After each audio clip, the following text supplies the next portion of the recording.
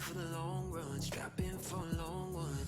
We got everybody on one. Now you coming at the king, so you better not miss. And we only get stronger with everything I carry up on my back. You should paint it up with a target. Why would you dare me to do it again? Come get your spoiler, but we're taking over. We're taking over. Hey, look at you calling my name. You ought to know by now that we're taking over. We're taking over. Hey, maybe you wonder what your future's gonna be, but I got it all locked up.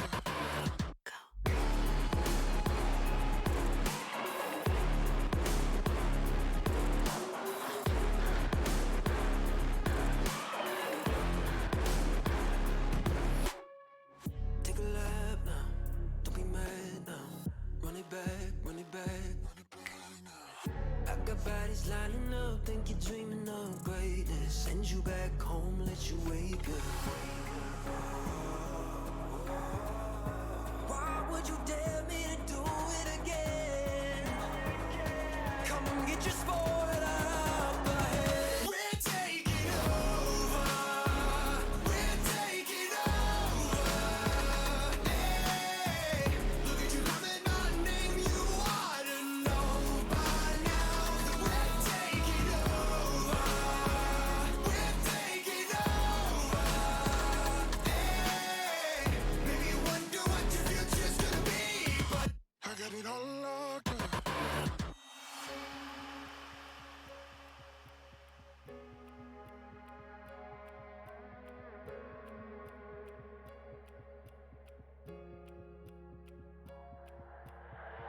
在以后，除了是傻子，还有其他吗？我左右，键盘噼啪在时间滴答着，还不够。你的固执让我来守候，哪怕太迟也不想以后。就在这时放肆的挑逗。I got the heart of a lion, I know the harder you climb, the harder you fall. I'm at the top of the mountain, too many bodies to count. I've been through it all. I had to weather the storm to get to the level I'm on. That's how the legend was born. All of my enemies already dead. I'm born, I'm ready for war. They know I'm ready for war. I told them we're taking over. We're taking over. Hey, look at you calling my name. You ought to know by now that we're taking over. We're taking over. Hey, maybe you wonder what your future's gonna be, but I got it all locked up.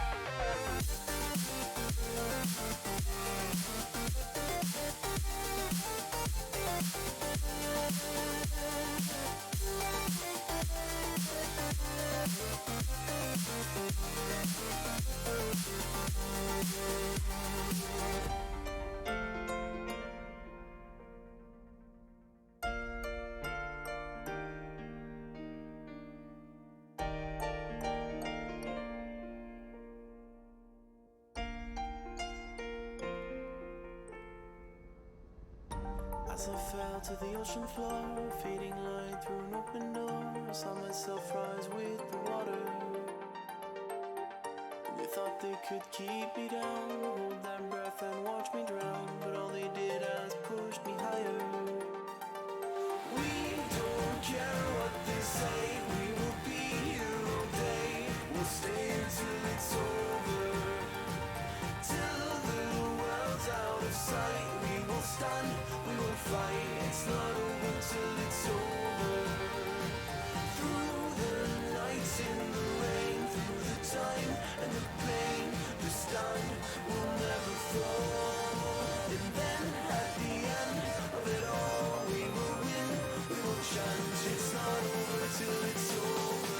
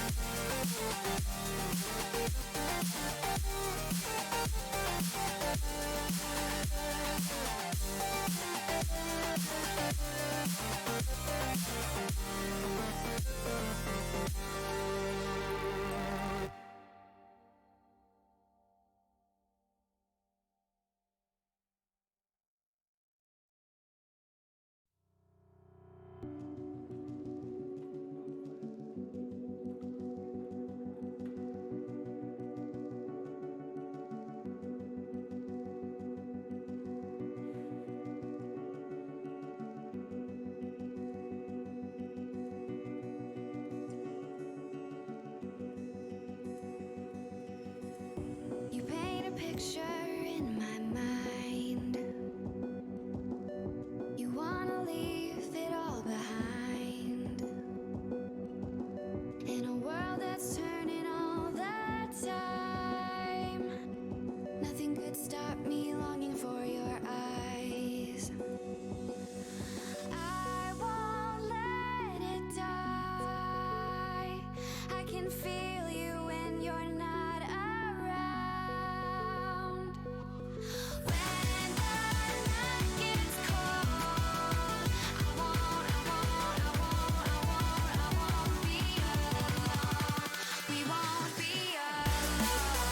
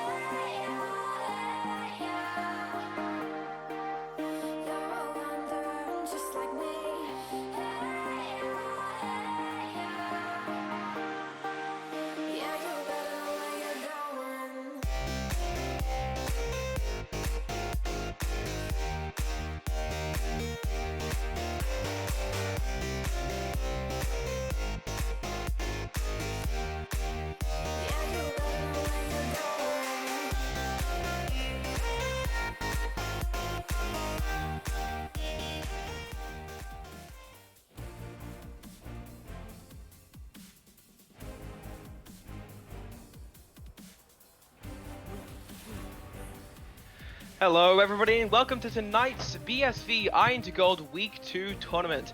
I am the Ace of Spades and joining me is Mayhem. Mayhem, say hi. Hi. And tonight we're going to be introducing Game 1, which is Plobros versus Carnivorous Alpha. And let's get into these pick bans. Mayhem, so far I've seen the Elise ban as we've just gotten this ban phase started. What do you think about the current ban state and also, I mean, both teams? Jetman is a strong jungler, so taking away some early game craziness from him is a pretty good idea. Shen, just an all-around good ban. Set that might let's take a look at the op.ggs. That might be a specific ban. It doesn't look like it's just a strong champion for support and in the jungle. Sometimes it's seen top lane, but not as much anymore. Mostly that Hex Flash, super speedy boy, run in, punch people. Everyone else does the work. You just kind of survive. Makes That's sense. the way it goes. I mean, as someone who has played top lane for a little bit of a while, playing into a Shen it's always annoying because you recognize that you actually are getting outplayed and you can't even blame it on the champion when you get solo killed by him. So it's good to see that getting banned, so you can always blame it on someone else. Morgana also being banned out. That's a pretty good support to get rid of. It might mean they're going for a high CC engage or a hook champ. What do you think about that? I know checks and she does play it, but it's not like the only champion she plays. So yeah, it's looking like possibly Nautilus or Thresh or something like that in the bot lane. Depends on what they play. Yeah, actually, well, makes a lot of sense to get rid of that Morgana, especially if they're into that Nautilus Thresh, and we'll see soon enough. As we are, looks like we're getting to the pick phase. Is Mike Light backing out, or did Nope. Carnivorous not ban a champion? They didn't ban a champion. That's bold. That's a very courageous thing to do, especially with the Akali first pick. All right. Okay. Draven is Bismarck's #1 most played ADC in solo queue. And Cobbs, if we take a look at his lineup of champions, he's got Swain, Blitzcrank, Nautilus, Leona. This man is a CC support. So yeah, that Speaking of Morgana Leona. ban definitely for that. Oh, Samira! Here we go. First tournament game I've seen Samira in. This will be Yep. fun. This is well, Samira, big threat on the map. We all know about that 3 cooldown ultimate. It's going to be a complete mess in team fights. You gotta focus her down quick, and with a Leona on her back, that is going to be an issue. Yeah. A lot of potential for kills in lane. I'm curious to see what they're gonna match it in the bot lane to try and survive. Interestingly enough, the bot lane not being picked. Usually the bot lane is a high priority. Take the Caitlyn, Ezreal, something.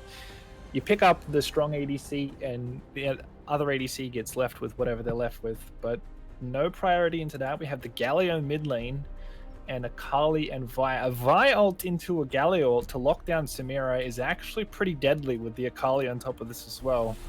Ooh, that's They your have a Orianna decent pick. response. Orianna's going to be able to out farm and kind of bully Galio a bit in the mid lane. But with a Vi gank as well, Galio Vi is actually pretty scary. Orianna's going to have to take phase rush and maybe even cleanse and just be super safe in the back. Yeah, what I'm actually really worried about is how this Akali's ever going to be able to get onto Samira. Samira with her W can really pop Akali's E and make it so Akali's main form of getting to that fight is just gone. I mean, with a Vi and a Galio sitting on top of her, Akali can walk up at this point. That is true. That's That is a lot true. of lockdown for that champion. Yeah, actually, you got a very good point there because that's a Leona big honestly threat. doesn't provide a lot of peel considering Vi's ult is unstoppable.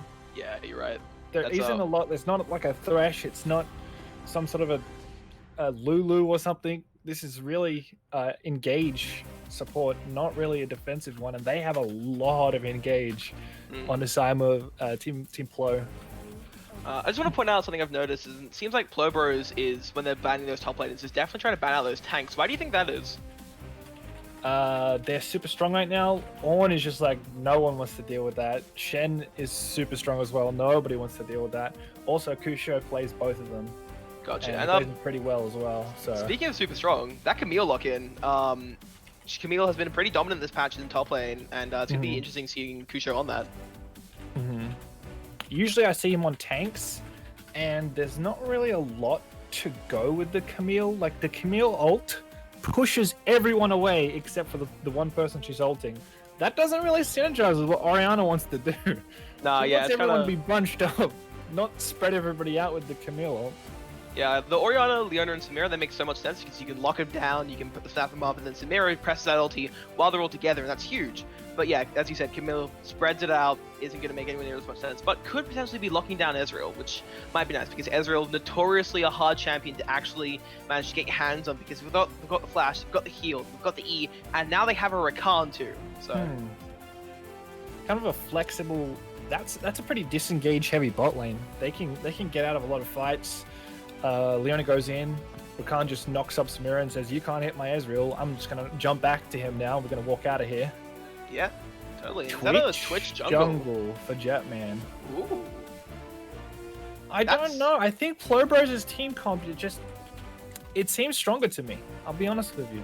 I mean, they both have. It seems like they both have these team fighting team comps, apart from Camille being a kind of bit of an anomaly here, going for the split push. And I'd actually agree with you here. Plobros definitely seems to have that. Like they both got team fights, but Plobros has the just hard front to back, get in the fight, and just take them all out. Galio Rakan Vi sounds scary as hell. Terrifying. If you're a Fed Twitch or a Fed Samira and you want to try and get into a fight, Vi Galio says no.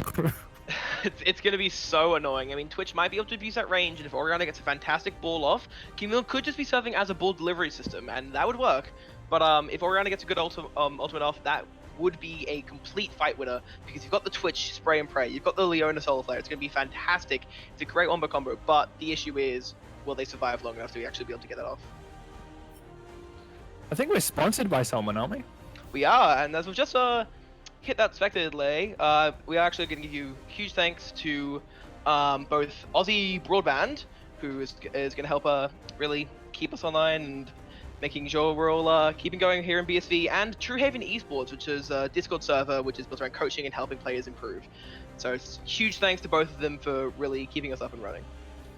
Yeah, thanks guys. But with that, it looks like these are the comps, and as we've hit the spectator delay, we are going to throw it onto a quick break here, and we'll be back soon. See ya.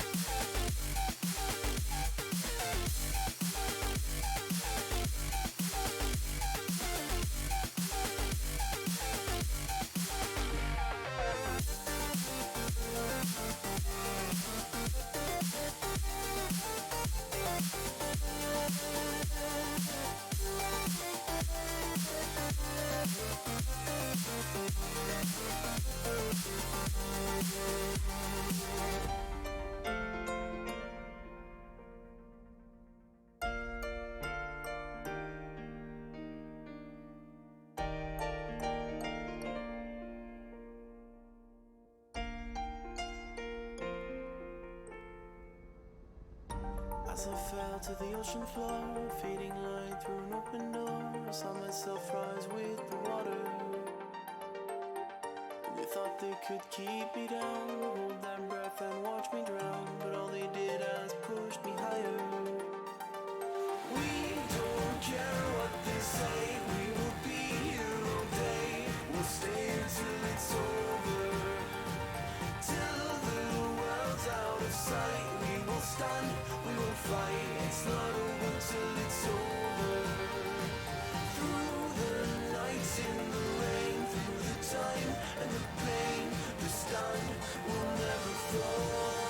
And then at the end of it all, we will win, we will chant. It's not over till it's over.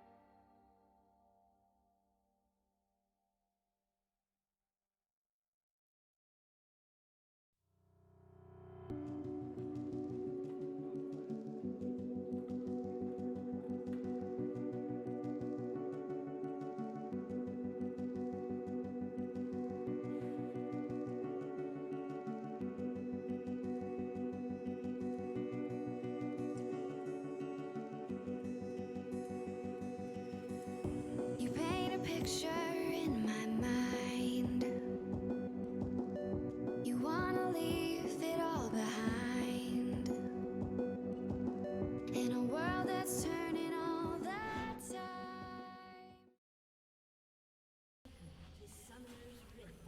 All right, and we are back with 5 members of Blue Side just piling into the river there. We've got the bird team right here just sitting in that brush, waiting for someone to walk up here. Okay. Well, while they're walking around trying to get this vision, Mayhem, do you want to quickly run us through the first buys and runes? Interesting. Corrupting Potion mid lane. Oriana, she did take the phase rush, which I was expecting. Teleport is a bit risky against Vi, but she went with it. Let's see how that goes for her. Got the Doran's shield top lane, pretty standard stuff. And usually we see the Corrupting Potion for Galio. He's gone for a Doran's ring this game. Bit of health. That's cool. Makes sense. I guess the corrupting part on Galaxy Bay kind of shows that he really doesn't want to deal with Galio in lane, just kind of want to keep that lane sustained up so he can shove the waves, and when he gets to that level 6 mark, can just roam down and secure some kills. I don't like it. Yeah, okay. I guess Galio is a bit of a poke, and here's what I'm talking about the poke. So Yeah, already. having the extra health is okay. But yeah, I prefer the Doran's ring, to be honest, into this matchup. Makes a lot of sense. And also You it's a can lot easier bully. for... You'll have the Doran's health, CS. you'll have the extra damage. Yeah, totally. You do have CS in its lane, you can beat him up, even though he does have that magic shield. Ooh, like we've already this. got a little bit of the stun going on there. Samira juggling Bismarck right there, who's going to... Twitch is top lane!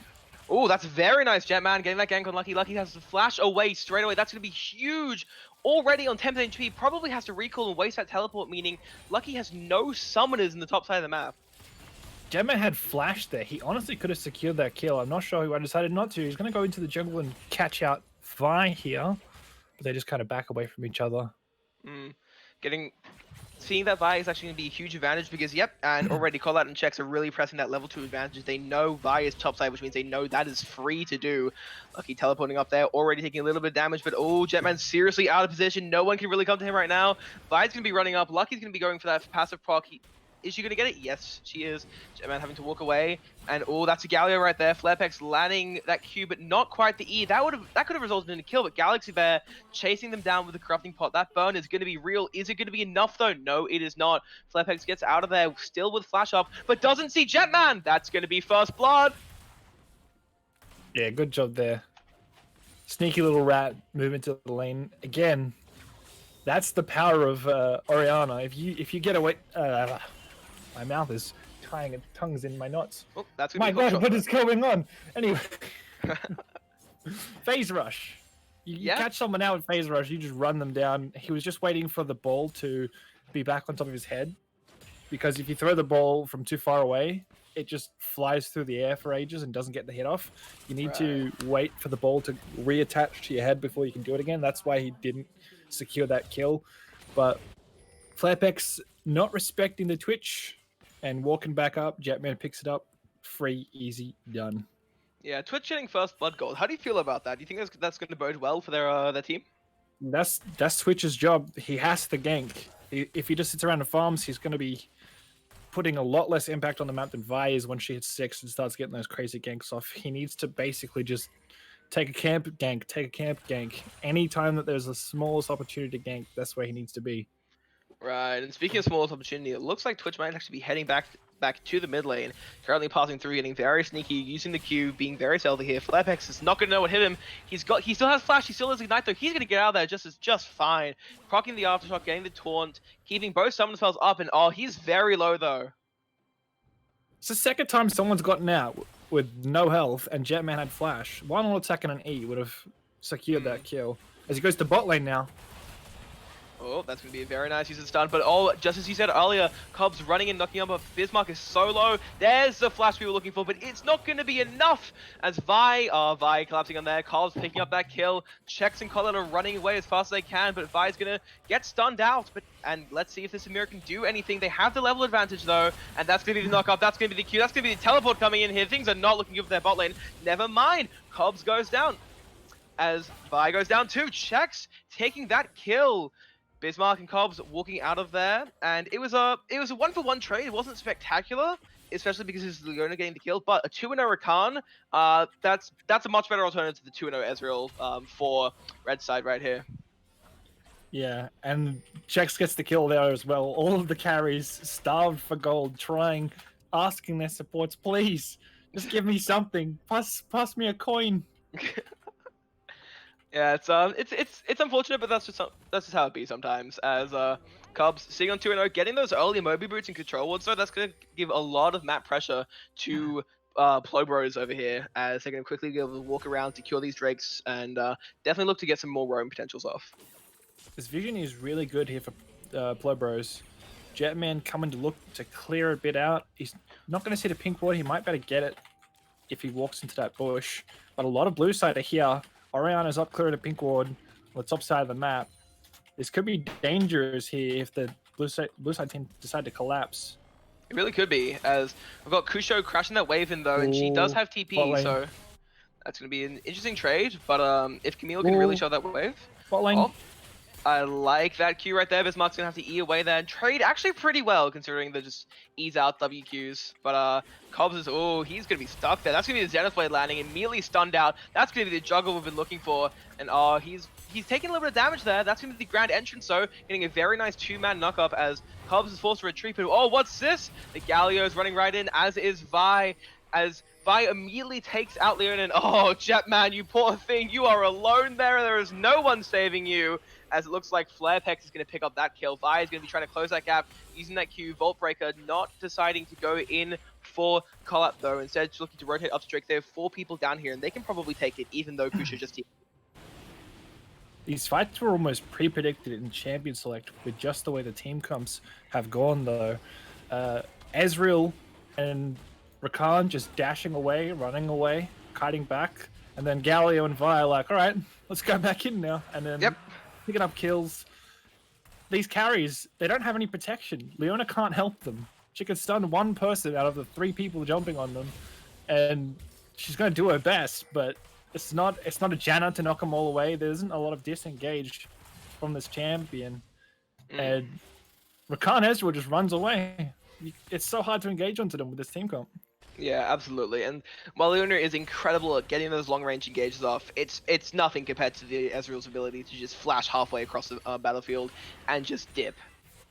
The only real appeal on the team is Orianna. So these team fights are going to be really strange when Vi Galio starts to jump in. Vi can Absolutely. peel, Galio can peel. Akali's going to be diving in on the Twitch in the backline. And they just have their comp works well because Rakan and Galio can both peel really well and also engage really well. So they have the option. They can peel back and then turn the fight on them. Yeah, okay, that makes a lot of sense here, but we've seen not a huge lead happening right now from top lane. It's still pretty even, but that ATS is going to matter eventually, as there's going to be a little bit of a jungle skirmish here. Jetman's going to get flashed on with the taunt. You can't taunt flash, but you still can flash taunt, as Vi's going to use the ultimate right there. That's going to be the hero's entrance. Oh, Jetman, you didn't need to do that to him. He was already dead. Why? Galio walks away from the kill, only to ult in and take it. That was just mean. That was not overkill. Oh my god. But we do have that very nice wave crashing down and forcing Bismarck to farm under tower. That means a couple minions might be missed here. And wow, Collat has a huge CS lead, but even still, it's just not mattering. Using that tower, Bismarck is just sitting there and just trading so well. Fine top lane actually. Yeah, speaking of trading so well, that's the perfect execution going down, but it's not enough as Lucky has to unfortunately dip. But Collat sitting on 40% HP does not want to be in this position, especially when Cobbs is about to hit level 6, about to have access to the quickness. That is a free lockdown with RW Flash. They're coming up on a 1k gold lead here as well for Clobros, which is going to be really good for them. A lot of pressure on the bot side as well, so next Dragon, that's a lot of pressure for them, could be for them. I don't know if we're going to be prioritizing Heralds, but the 5v5s just, it seems to be going to go in the way of Pluribros. If they all group on this Dragon when it comes up, I don't really know. They're just going to push Jetman and the rest of Carnivorous Alpha off. I don't know if they can do anything about it, really. Kusho is doing an excellent job top lane, by the way, of just zoning Lucky out as that wave is crashing, so Kusho's not going to miss much XP and CS, but that's a Hextech ultimatum. Lucky is not looking in a good position. That grass proc just does so much damage. Lucky getting solo killed by Kusho, and that lead just started expanding. Yeah. Big CS discrepancy in the mid lane as well, like I was talking about. Orianna does have the advantage to farm. She is going the Tear of the Goddess build too, which means that she will have the shield from the Seraphs later on. A lot of infinite mana so that she can survive through team fights. A lot of the times, if you don't go for the Tear, you can be pushing waves and then have not that much mana for the next upcoming team fight. So you really need to be careful to back at the correct times.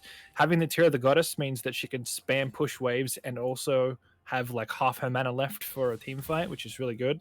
Yeah, and speaking of a bit of a team fight happening right here, we've got 3 people grouping around bot lane. The hero's entrance is not up just yet, but it's going to be up any second now, about 20, maybe 30 seconds from now. Flapex can start walking down, and as he is already, and going to be able to take advantage of that while Lucky and Kusho are sitting top lane with no TPs. So when this fight breaks out around this next dragon in about 55 seconds or so, Cloud Drake spawning in, reducing the ult cooldowns, it's going to be interesting, to say the least. Jetman going top lane as well. Right before Dragon spawns. This is not as good as it could be. Vi is going in the mid lane though. That is beautiful right there. Landing that Ballbreaker to finish him off. Vi picking up that kill. Currently 2-1, as is the Galio. Hextech Revolve doing so much damage. And Jetman positioning up topside. If he is seen, they will be able to go for that Rift Herald in mid lane. And as they do right there, Lucky using the perfect execution, they're realizing, oh no, that's a Twitch there. And just running the hell away. Getting out of there with her life, just barely. It's the wrong side of the map to be making plays though, especially around the time of the Dragon. But we get free mid tower because of Jetman's positioning. Speaking of making plays, that was a brilliant counter engage, but the Samira ulti is just too much for them to handle. Bismarck going down, Cobbs having to go away, and with Drake spawning in 3 seconds right now, Galaxy Bear teleporting in, this Drake might be theirs because they know bot lane's just had to recall. But hang on a second, that hookshot's going to just barely save Kusha's life top lane. Lucky almost getting that solo kill revenge, but just not quite. The bot lane is actually roaming towards Dragon now. Jetman really out of position. Galaxy Bear still farming in the mid lane. And this Dragon is going to be secured. Yep. Jetman not prioritizing the Dragon. He is really weak and behind at the moment. You don't really want to be 1 and 3 on Twitch. You need to be ahead or else you're behind. Of course. Really behind. Yep, and yeah, like Twitch finishing that bot race now is nice at 12-minute mark, but again, it's just not going to be enough. You need to have some more items at this point in the game, and you need to be able to be in a position where you can actually snowball through these team fights. Yeah. And unfortunately, not sitting at 1.3k gold behind. Things are not looking good for Carnivorous here. 2 Drakes down, 1 tower, and over 1,000 gold. Might be a weird thing to say that if you're not ahead, then you're behind. But like with Twitch, if you're behind on Zac or Sejuani or some of these utility champions, you can still impact the team fights. If you're behind on Twitch, you start tickling their backline in the back, and they ignore you and go kill Samira. You don't do anything. Yeah, absolutely. And speaking of Samira, sitting in a very comfortable CS and kill lead over this Ezreal, that's a pretty good position right now. 112 to 84 CS. That's going to start adding up. Yeah, the CS on the Ezreal really is the story of bot lane at the moment. The only way that that fight went the way it did is how much gold the Samira had. Yep, absolutely. And that Essence Reaver, I mean, that's gonna be huge, especially in the next fight they have, because we do see the Solar Flare, and I mean, Inferno Trick is always off cooldown, but you know, Solar Flare is now off cooldown, as is the Quickness, as is True Shot Barrage. So next time they have that 2v2 in bot lane, all of the stuffs will be pulled out. Yeah, we're just gonna have to look at what is coming up next. Is that Baron or is that Second Herald? I think it's Second Herald, right? That's gonna be Second Herald. Definitely. It's 14 minutes in. What am I thinking? Second Herald, and we have the Vi positioning around it too. Seaman Demon. He's a good jungler. He's prioritizing the objective. He's getting there first. He's coordinating with his team. He's going to do a gank on top lane. He's trying to make plays around the map where he can get something else as well. Love to see the Vault Breaker. Yeah. He gets half health on the Camille, and now the Camille is going to have a tough time trying to help defend against this Herald that he's going to take. And that could be a top lane tower off it as well. Jetman again on the wrong side of the map from the objectives. Yeah, absolutely. Oh, that's a hook shot right there, but he doesn't realize his Vi is right there. Oh, that's a Hextech ultimatum, but it's not going to be enough for some reason. Vi is still in that area. That's going to be the Assault and Battery. Under the tower, though, is it going to be enough? Just barely. The Hero's Entrance might be enough to keep him alive. No, it's not. That is tragic. A huge amount of shutdown, extra 150 gold, as well as a kill onto Lucky means that Kusho is now 3-1 and is coming back to lane with a full Triforce at 15 minutes. That's going to be scary for the Akali to deal with. It's huge pressure in the top lane. And it's also, the failed dive is going to secure the objective for Jetman as well. They could get a tower mid lane off this, maybe. I think Galio might going to be there in time.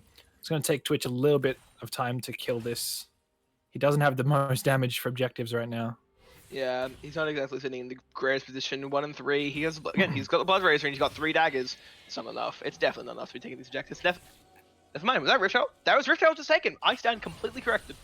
It took him a long time. It took him a while, but he did it and no one saw him do it. So, you know, that was nuts. Looks like, oh, that's not, oh, that was so close to landing. Zenith Blade through the Arcane Shift, but just not quite. Flarepex getting that vision control. There's 4 of them potentially with this Galio ult. Ooh, interesting. Yep, Cobbs is sitting there, has the quickness up, ready to do the play here.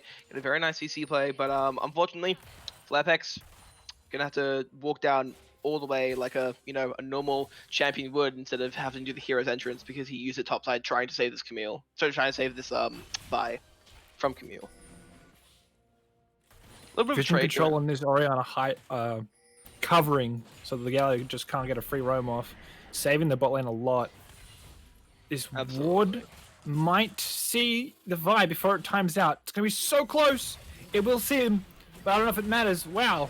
The big jump out. That's into the quickness, and yep, that's so unfortunate, but Chev is just gone there. And speaking of gone, Kusho, oh, what are you doing? You're way too far up when there's a Galio in the game. No ulti, no problem, this Galio says, and just walks on up there and makes sure Lucky can actually stay alive. I mean, look, Kusho had that Triforce, had that advantage. It was such a good play to make there, but unfortunately, she just didn't expect the Galio. Good plays on both sides of the map here by Plobros. Winning on both sides, and now they have pressure on Dragon. Jetman is just so useless right now, just trying to get farm. Vi is out farming him and having 10 times the impact. Look at that kill participation, 7-1. That's sad. Yeah, Cobb's having a feeling that Jetman's going to be there because the spray and pray steal is very real, but instead he's given it up, conceding it, smiting Gromp as a sign of defeat, and just trying to take some more camps and get back in the game. He's honestly going to have to like clean up a back of a team fight or something. He can't go in at the start or he's just going to die. And Speaking here we of go, going in, by the way, Galio. Oh, that's going to be the flash away. That's going to be a beautiful command shockwave, but there's nothing to follow it up right there. If only there was a Samira or Leona sitting there, that would have been a triple kill with ease. As we see his team's just resetting now. Oh, that's going to be a Death Cap's second item for Galaxy Bear. I think he needs it. His team is not doing the so crash hot. Camille can just be CC'd. It's going to be hard for her to do the damage that she needs to do. There's a lot of peel. So the Galaxy Bear ult is going to be pretty big in team fight. Disengaging for his team, shielding his teammates. He needs that damage. Absolutely, and it's... Look, we're in a position right now where the gold lead itself isn't too much, but everything else is just gargantuan right now. We're sitting with Vi having a full level up onto Jetman, and that is nuts, because that is just objective security right there. That is smite priority, and Vi can quickly grow that lead just by ganking over and over again and just growing that XP and just keep getting better at it. And at the same time, we're sitting with a 3-in-1 Galio on the map who just keep roaming down everywhere and really making it, though even if a lane is losing, they're not really losing when there's a 3-in-1 Galio in the game. Yeah. The jungle advantage is huge as well. If Jetman sees Vi in a dark alley, Vi presses R, Jetman is dead. There is nothing he can do at all. He's too far behind. He isn't on a champion with a dash or some sort of tankiness or any way of getting out. He has nothing to defend himself. He will die. Absolutely. It's going to be really unfortunate because that's what's going to happen. Every objective contest is that Vi walks up, just points to Jetman and says, yeah, you're mine. And there's no smite anymore. Hopefully he ignores Jetman and just presses it on Samira, because then they just win the fight outright. That is true. That is true. Oh, that's going to be the True Shot Barrage used to clear the way of Samira deciding not to W that, interestingly enough. I said I think she got hit by it. But, regardless, Jetman taking that blue. Is that going to hit 11? That is not going to be 11 just yet. As, yeah, Vi currently seeing a very comfortable 2-level lead at this point. I'm sure Jetman's close to 11, though. So, well, we'll find out with this next Drake spawning up in a good 2.5 minutes. As, it's going to be pretty chill time. There's a bit of a lull in the fighting, as it's going to be really only Kusho and Lucky trading up in top lane. And it seems like there's going to be a little bit of an air though with Flarepex and Cobb just sitting mid lane, with Vi just kind of drifting between mid and top. So mid and bot. The dive that Kusho failed up top lane when he got attacked by the... Oh, wait, hold on. Oh, that was a beautiful... the hero's entrance, not necessary, but I mean, hey, it's a free assist. And that's what we're talking about happening every fight. That's some scary stuff right there. Yeah. I was just saying that the dive that Kusho failed in top lane, he had a big CS advantage, and he had a kill advantage too. He was very strong. He got that Triforce down really early. He lost all of that advantage by that failed dive. Absolutely. Oh, that's Spray and Pray. Prompting Lucky Slash wasn't a necessary flash at all, but it was definitely a scary situation to be in right now, being Spray and Prayed by a Twitch. So I guess it makes sense.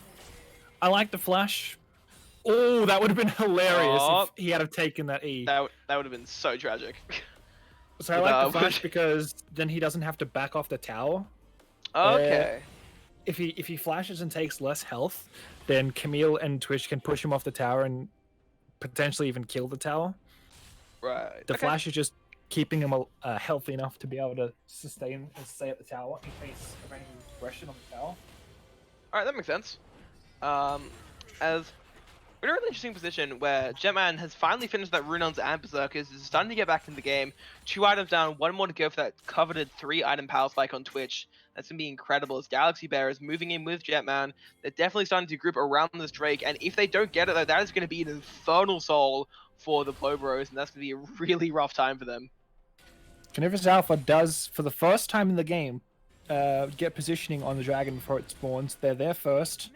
Usually it's been Plobros, every single objective, they've been there first. This is really, really good, and what Canary Alpha had needed to be doing the entire time. So good job by them. But is it too little too late though? That's the issue, because we've got Plobros is such a great lead right now and such a great comp for taking these objectives that now they've finally started kicking into gear and coming online with Carnivorous Alpha. It might be just too much as, ooh, a teleport was interesting, but they're not going to capitalize on the 5v4 right now. Because never mind, I was wrong, it's definitely turning into a 5v5. Ezreal's a bit cut off, but that is alright for an Ezreal who can just get around any obstacle. Dragons have started. Dragon has started, and it might even be taken here as, oh, it's gonna get reset though. We're definitely having a bit of a contest between who can get it when. And oh, that's a very nice stun, locking down support there. Cobb's going down straight away. Hero's entrance gonna come in though, knocking up checks and knocking up Collar. That's gonna be the Infernal Trigger, immediately getting cancelled though by the Taunt. That's gonna be a double kill, however, for Lucky, as Master Kucho gets a kill onto Bismarck. Flefex is on a rampage though. Things are not looking good. Vi is gonna be, after having killed that, Orianna is going to be looking to try zone out Kusho, who might go for a hookshot steal here, but it's really unlikely to work, as Vi throughout all of that fighting knew to hold on to the smite. And never mind, Kusho is just gone. That is so unfortunate. Lucky giving chase, but that Infernal Soul is just as good as theirs. Everything used on the Rakan in the start of that fight. Orianna ult, Solar Flare. Twitch was trying to do his best, but the only saving grace there was Kusho trying to do what he can. But that team fight just went the way that we've been expecting it to go as soon as these teams have grouped up.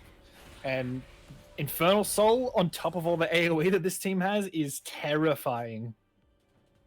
Yeah, it is actually, that actually, you're right there. That's gonna be nuts for them. I mean, look, again, the gold difference isn't too much right now. It's 2k, but that's not the end of the world. They can come back from that. But the issue is the souls. They haven't gotten a single Drake, and when one team is sitting on extra, essentially full item from just like ult CDR, the healing, and the adaptive force they're getting, it's so unfortunate. And what we're looking for here is the Baron posturing. This is the next 5v5 is going to happen, and Plobros really want to push their advantage and push for that 5v5 at Baron. If they go there, then the other team is forced to come and fight them. If they don't, then Jetman's going to farm his jungle and he's going to actually start slowly getting back into the game. If you force them to fight, they cannot fight Vi Galio with a Ezreal poking him in the back. It's not going to happen. So they have to force this Baron right now, and they know it too. But the question is, if they force this Baron with the shredded resistances they'll have, can they still even get this team fight win? Because, I mean, yeah, forcing it right now in just a raw 5v5 situation, that's great. But when it's a 5v5 and then Baron against one team, that's when it gets tricky. That's going to be the Galio getting the Q off the Luden's proc just for a little bit of poke. Double back, yeah, I don't like it. I don't like it. They need to push for this Baron. Yeah, but they also have to stop Kusho from pushing. Although, having TP, if they go for the Baron, Kusho will be there, and whoever's coming down to stop them will not. They're doing this kind of faux posturing thing where all 5 of them are mid, which means they're not spreading out the XP, they're not spreading out the gold, whereas the other team is. So every second they're not forcing this Baron fight is a bonus advantage going towards Canary Alpha. They have to push for this Baron, or else they have to go and match the lanes and push them out, which they've decided to do now, but... Oh, that's going to be a surprise, as Jetman's going to be hiding there the entire time. That is a beautiful Hero's entrance, so landing a 2-man knock-up. Collat, though, is going to be trying to be chasing them down, though, and that's going to be a great play by Flareplex, diving onto that backline. Leona is looking so low and is just going down. Kusha's going to use a hookshot, but it's not going to be enough. The Grand Entrance just barely dodged, though. That's going to be the Hextech ultimatum. Is it going to be enough? Flarepexing a huge amount. The Vault Breaker is going to result in a double kill for Vi, as they force the fight around Baron just like you were saying they should, and as a result, they got an ace. They can get the Baron, and it looks like they're going to get the game. 4v5 team fight, and Plobros just destroy their opponents. Jetman tries to assassinate the Ezreal there, and Ezreal just assassinates him right back. Absolutely. He is not a very fed Twitch. It didn't go well. Galaxy Bear did a lot in that fight, but in the end, it wasn't enough. They just have so much damage. They got that Dragon Soul poking them down every couple of seconds when it comes back off cooldown. It does so much extra damage, and now they have Baron as well. They could just look to push down one lane here. I think that they can dive them, and it just they can afford to be a ARAM this thing. now. It's great. Yeah. They can really just afford to run down mid lane, abuse your advantage that they have, and because yeah, that advantage went from a 3k gold lead to now what's looking like a 5 or 6k Look gold at the lead. choo-choo train down mid lane. They're all going. They're all running down there, and it's gonna work as well because look, Jetman needs to finish that IE, or I believe that's gonna be an IE as soon as Yeah. possible because if he doesn't, the game will end. Yep. That's And what I don't that's even know if that's going to be enough. It's going to do a lot more damage. It's going to be more useful, but still, at this point, Vi can auto-attack him twice and he will die. that is true. That is She very did very so true. much damage to Galaxy Bear in that last fight. It was terrifying. Those Baron and Power minions really doing a number on them, but it looks like Jetman's gonna be trying to go for a bit of a flank here. That's interesting when the rest of his team is just not even in position to do that, but that's fine. And oh no, that's gonna be the Vault Breaker right into Kusho, interrupting the hook shot. Kusho is really not looking in a good position right now, trying to run away. That's gonna be the Assault and Battery to finish him off as Vi is dominating 9-2. That is just incredible play from her and from Flarepex, who's currently 6-1 and just dominating the map. No objectives up, which means the jungler is free to do what she wants, and she goes down and solos the top laner. It's not usually what happens, but when you're this fed, I guess anything is possible. Yeah, of course. And when I'm pretty sure that Kusho is actually the same level as this Vi, if not even maybe even lower level. So, yep, Vi can absolutely fall to that. The Hero's Entrance is going to be coming in there. That dive was, it was attempted. Oh, that's going to be the quickness, so which might be enough to get a really interesting play there. That's a G-Man Taunt, and oh, there goes Samira. There goes Leona. There goes Orianna. 3 members of the team down. They had a tower, they had everything, but it's just not enough. The extra damage on Dragon meant that Rakan is actually a damage threat. He was almost killing Jetman alone. I noticed. With That was no terrifying. help. And oh, that's another Assault and Battery going down. Kusho is once again just feeling that pain. Hextech Ultimatum used to just try to get away, just get back to Fountain. Jetman though looking so low. Oh, can he survive that Q? Yes, he can. But that 2 Nexus towers down. That's the Nexus so low. And ladies and gentlemen, it looks like Flowbros is going to be progressing from game 1. GG, well played. Absolutely. Flow Bros are going to move on to the next round in our BSV tournament gold. I had a gold night, that is. Yeah, no. So what did you think of that game though? That was that was so unfortunate for Jetman though. Getting that first blood at the start and then just getting shut down time and again. He was so close to finally coming online, and then it was just too little too late. Flowbro's rotation to objectives was much better than their opponents, and they just ended up winning a lot of early game skirmishes, which means that their objective control was just tenfold, and they just won through dragons and barons and fights around those objectives. Absolutely, I agree with you here. As yeah, this Vi and Galio comp, that was fantastic, and I really hope we see it again next game, which will hopefully be beginning very shortly. We are going to chuck it onto a quick break though, and we'll see you guys soon. So yeah.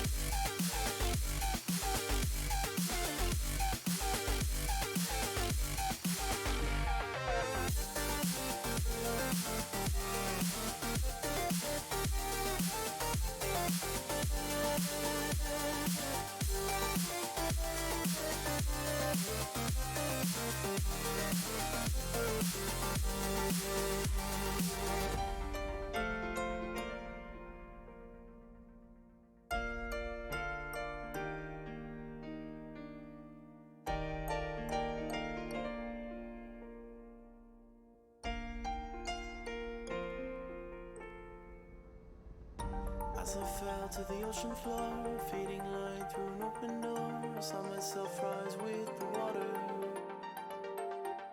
They thought they could keep me down, hold their breath and watch me drown, but all they did is push me higher. We don't care what they say, we will be here all day. We'll stay until it's over, till the world's out of sight. We will stand, we will fight, it's not over till it's over. Through the nights in the rain, through the time and the pain, the stand will never fall. And then at the end of it all, we will win, we will chant, it's not over till it's over.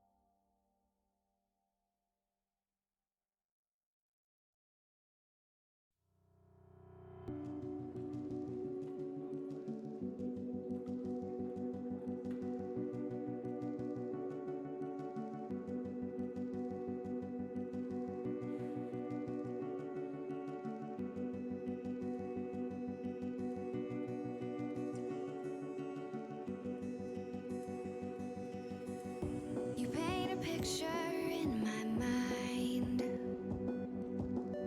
You wanna leave it all behind.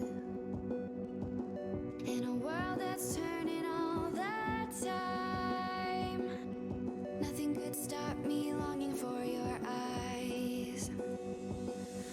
I won't let it die. I can feel you when you're not around. When the night gets cold, I won't be alone. We won't be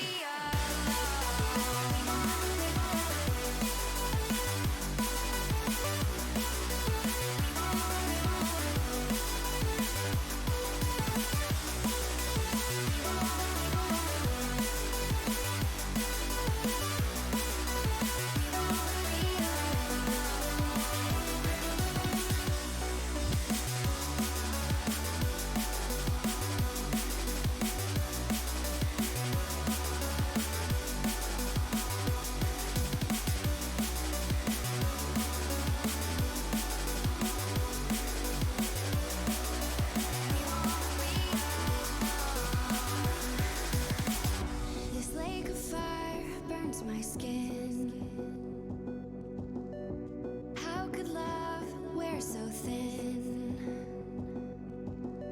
I'm sinking in the hollow ground. Nothing can stop me wanting you somehow. I won't let it die. I can feel you when you're not around. When the night gets cold, I won't be alone. We won't be alone.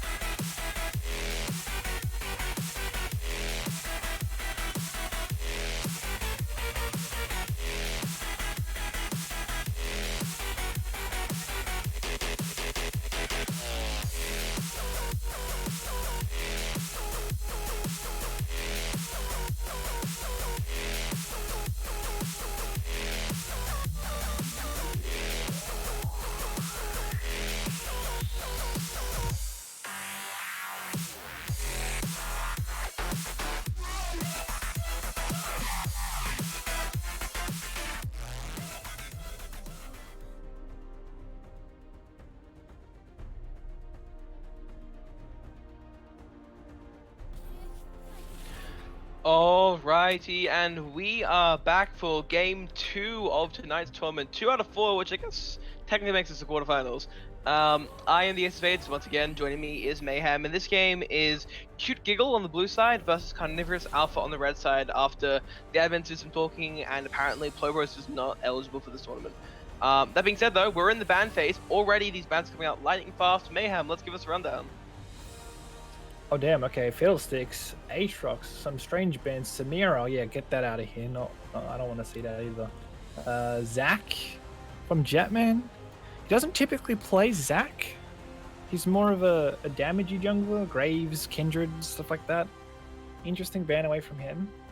Maybe it's against their specific team comp that they want, more tanky being banned away, tanky engage champions. So maybe they're going to go for some sort of a backline comp. Xerath, something long range. Azir, Cassiopeia. We'll see. There's an option. We're seeing some nice bans come through, and yeah, the Samira insta ban definitely makes sense after Collat snatched it up last game. And while they didn't destroy the enemy Texas last game, Collat did tend to kind of pop off, especially around that level 6 mark. And ooh, is that a Felios lock-in or is that a Caitlyn? Either way, I'm actually not even surprised to see Trash Can 5 on either of them. This is what I was talking about last champs. Like, this is what typically happens. We pick the best ADCs first, and the other team gets the scraps of what their ADC actually plays. Of course. Well, in that case, yep, this is the Caitlyn being locked in. How do you feel about that? I mean, Caitlyn's a very dominant laner, especially once she gets up BS1 and she hits like a truck. And speaking of hitting like a truck, that's a Jhin response. What's that matchup like? I think Jhin is really good into Caitlyn, to be honest. Or Morgana as well. The best support that I like into Caitlyn is something like something engagey. Leona's pretty good. If you can hit the E on the Caitlyn, and even if she gets away, she's stunned because your key follows up straight away, then you ult her. Jhin is a good pick into Caitlyn, so is Ashe. Bard's been picked a lot recently as well in the pro plays, so I'm excited to see Bard in Ida Gold. I'm pretty sure Morgana was also a pick to steal it from blue side here, as if Cute Giggles got it, that Caitlyn Morgana bot lane combo is infamous and fantastic. Yes, I mean, being rooted for 5 hours until you get AFK, it just gets so much easier when Caitlyn can put traps down. So it's one that's kind of synergized with Jhin, two, you're robbing it from the Caitlyn. The Bard response is nice. I'm not sure how that's going to interact with Morgana, because Bard's magic damage output might actually be enough to break through the spell shield before the stun goes off. I've seen that happen a couple times before. So that's being picked, and the volley bear is also being picked. Is that jungle or top? I'm not quite familiar with where volley I hope bear it's is, top. Being put I in. think it's going to be top, and I hope it's top. Makes Volley top is super strong. And into a Mordekaiser. What's the matchup on that in top lane? Because that dueling. I don't think I've ever seen it with the new Volibear versus Mordekaiser. Alright, interesting. It's, I don't know, Volibear heals, Mordekaiser has all the sustained damage. I feel like Mordekaiser would win out eventually. And Volibear's quicker trades might I think the big thing is better. Volibear can't really get away. So once Mordekaiser gets a good pull in, Volibear's gonna have to stun and run and see if that'll even work. Yeah. So right now we're in the second ban phase. We're seeing the Yi ban. Ooh, a Yi ban. That's not exactly something you usually see in coordinated 5v5 games. Yeah, Usually I've done my homework, and IM does play a lot of Yi, so that's a targeted specific ban. Specific target ban again for Orianna away from Galaxy Bear, although Orianna is just an all-round good ban for mid lane. She's very strong at the moment. Alright, well, I guess it makes sense here, as we're seeing bans 5 on both sides here. Alright, now, yeah, these bans will make sense. Like, I can see the Aatrox being banned. That new buff that he got for this patch is fantastic, increasing his healing at level 16 by like 30% or something insane. Renekton being banned, that's going to be really good for Hiroge, getting rid of those lane bullies. Makes sense. But are they assuming it's a Volibear jungle? I guess they are. I guess so. They are well, friends, I guess they're so covering they know the each bases. other's playstyles and what they play, so they might just be acting on pre-established knowledge, metagaming each other. And I guess also they did also ban neither, so they might just be covering their bases and saying just in case it is. Yeah, they banned a top lane. jungler and a top. Yeah, and it's Because also a bit of a it's show the of flex confidence for pick. Galaxy there, who hasn't asked for a ban clearly, so it's pretty Yeah. confident that they can play that matchup. This will probably be the Extra jungler being locked resistance in. in the mid lane. Ah, he's a Oh. Fiddlesticks player. That's where the Fiddlesticks ban came from. Ah, I see. Makes sense now. Yep, this is a jungler being locked in. Trundle would be interesting. Don't know if I like it. It'll be nice into Volibear. That's got a lot of lockdown potential, especially with the use of with great use of slows and really separating Volibear from the fights and making sure that he can't actually close that gap. That'd be nice. Trash Can 5, the response for extra resistance being Annie would be really interesting here. I don't know how that's going to play into someone like Morgana and be able to effectively shield the Jhin from that damage and that instant stun burst. So I guess we'll have to find that out in game. I was thinking it as well. Bard, a lot of the time, Bard's ult is used as a pick tool. You let someone's hitting a ward, you Bard ult them, you stun them against the wall. Morgana's nearby. That Bard ult has one less target that can be used on. Absolutely. And it can be a reactionary use as well. What is? It's not happening. This is It better not there we be. go. It's on. It better not be. It never is. Trolling me right now. It never is. They're always control. Don't worry about it. The Lilia lock though, that doesn't seem like control. So that does confirm the Volibear top lane. Lilia jungle is fantastic. You can really get the level leads just through the speed that Lilia can clear these camps, and so that's gonna be interesting to see how that plays into a Trundle. The only lockdown they have is Morgana Q and Jhin W, and they're both fairly dodgeable for a sprinty Lilia, so it's a really strong pick actually into this team comp. It's pretty fantastic. You I can am actually sprint liking. backwards and forwards and smack them with a little Q and bop them over the head with W. Actually, I'm liking Diana. It does kind of fit into Galaxy Player's playstyle, where before he was playing Orianna to bring them in, and now he's playing Diana, where Diana is the ball. So that's gonna be fun interaction here with Diana being able to EQ and bring Caitlyn, Bard, Annie all into the fight super easily, and immediately following up that with Morgana Soul Shackles or Trundle, or Mordekaiser Obliterate. It's gonna be an interesting play here. Again, I don't know. I just feel like both games in a row, Galaxy Bear isn't getting a lot of synergy with his picks with the team. Okay. Well, before we throw it on pause, then I guess following up to what you just said there, if you had to choose which one of these teams are walking out of champs like onto the Rift with a little bit of an edge, who do you think it would be? Cute Giggle. All right. Yep. It makes sense. That's a lot of good team fighting potential there. The Bard's got some great picks. Caitlyn's got a lot of damage source, and if they can get that lead in the bot lane, it makes a lot of sense. Lilia, fantastic pick into the enemy team. Totally get why. I'm gonna be a bit of devil's advocate here and say Carnivorous has a really snowbally comp. If Diana can get a couple early kills, or if Jhin can shut down this Caitlyn early, that would be fantastic. And Trundle, you can never underestimate the Trundle. The trolls are going to war, and Jetman, being that troll king, gotta have a lot of objective security. Might even get some cheesy solo objectives. And that'll be interesting to see. But anyway, that's us being unsuspected late. So we are going to chuck onto a very quick break for a couple minutes, and we'll see you on the Rift.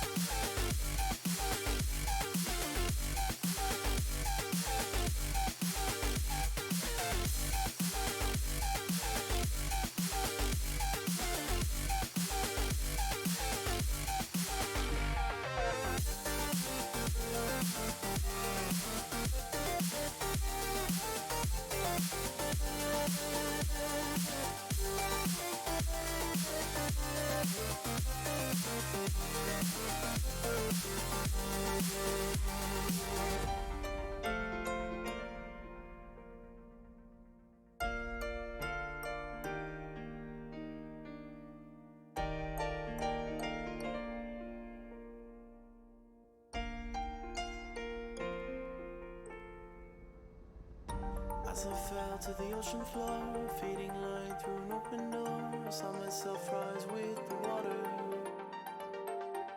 They thought they could keep me down, hold their breath and watch me drown, but all they did was push me higher. We don't care what they say, we will be here all day. We'll stay until it's over, till the world's out of sight. We will stand, we will fight, it's not over till it's over.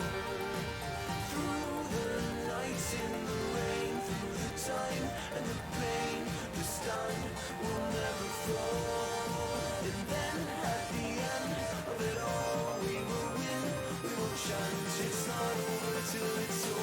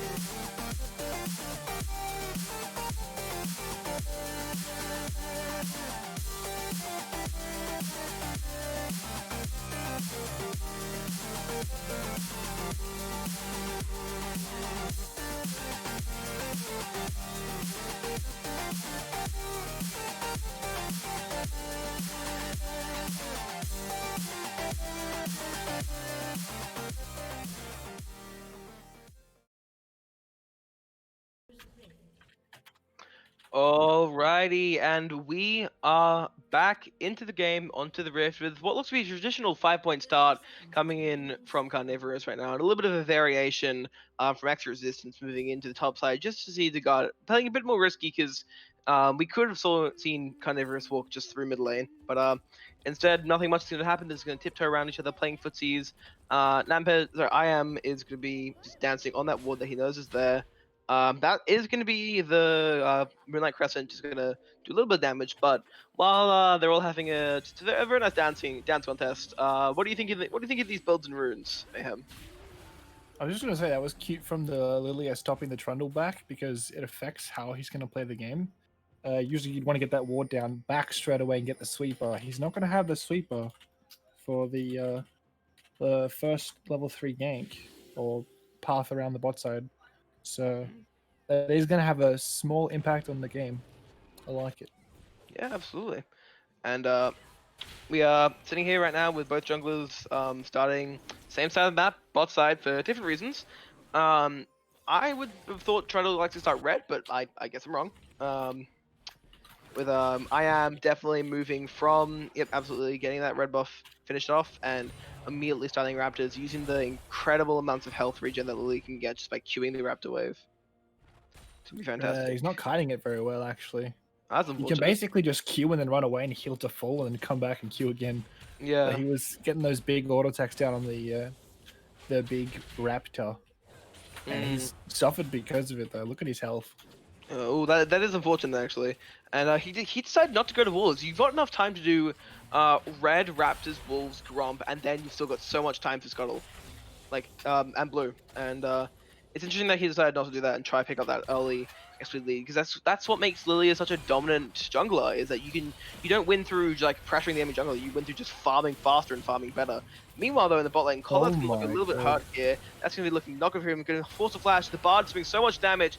That's going to be Trash Can 5 picking up first bot. Sparky's going to be running away, though. Still has flash up, so things are looking alright for her, but she's going to take some autos in response. It's a very big minion wave, though. Meanwhile, in the top lane, Kusho looking very low, but Jetman is there to save the day. That's going to be the Death's Grasp, and as a result, Hiroge goes down in a quick kill-for-kill trade, but even still, we do see that Cute Giggles is a sweet 600 gold ahead at this trying time. So I was looking top lane before Jetman rotated up for the gank, and dear God, Volibear destroys Mordekaiser in that matchup. It wasn't even close. He was beating him up. And Jetman comes in for the save. I'm pretty sure Mordekaiser, Mr. Kusho, was playing extra aggro because he knew the pathing of Jetman, which was good play by him, wiggling his bottom in front of Volibear. Look at how scared he is, dude! He won the fight and went home, bought double cloth armor first item on Mordekaiser. That's how that Wow. fight went before Jetman ganked. That's what you can see from that. Damn, that's nuts. Because, yeah, I saw him on low HP as he was running back to the tower, limping back to the tower, more like. But, yeah, wow, Jetman really came in clutch there. Really redeeming himself from that game one where he was unfortunately put behind early on. Oh, they're doing it again, though. Hiroge. Why? Still 2 cloth armors, and it doesn't even matter. Kusho doesn't even get to proc the passive. That is so unfortunate. Mordekaiser, you're right, though. As you said earlier, Hiroge's trades are so much shorter than Kusho's, where Kusho has to save the E to drag him back in, because once you have that passive active, this fight can go so differently. We're learning here together. Early game, it's not even close. Oh, both and these speaking two of champions. speaking of early game, extra resistance forced to flash there. Getting this done with Gemman, it just does no damage though. Gemman sat there, sitting pretty. The electrocute proc as he just walked through it. I am is going to be walking up there, landing a very nice E, and then dipping as we've got a nice wave crashing down the bot side.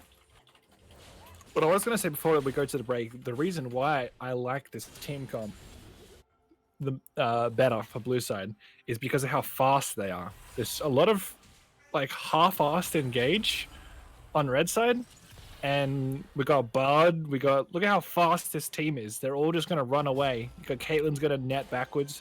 You don't have a Malphite or a Zac or anything crazy to engage. It's all kind of slow engage. Diana goes in, but there's just a lot of movement speed for everyone to spread out, and the Diana not to hit as many people as she might have liked to hit. And here comes a gank in mid lane. It's going to be very nice jungle gank. It's going to be very good slow. Unfortunately, the E misses, but that's going to be the magical journey trying to cut them off.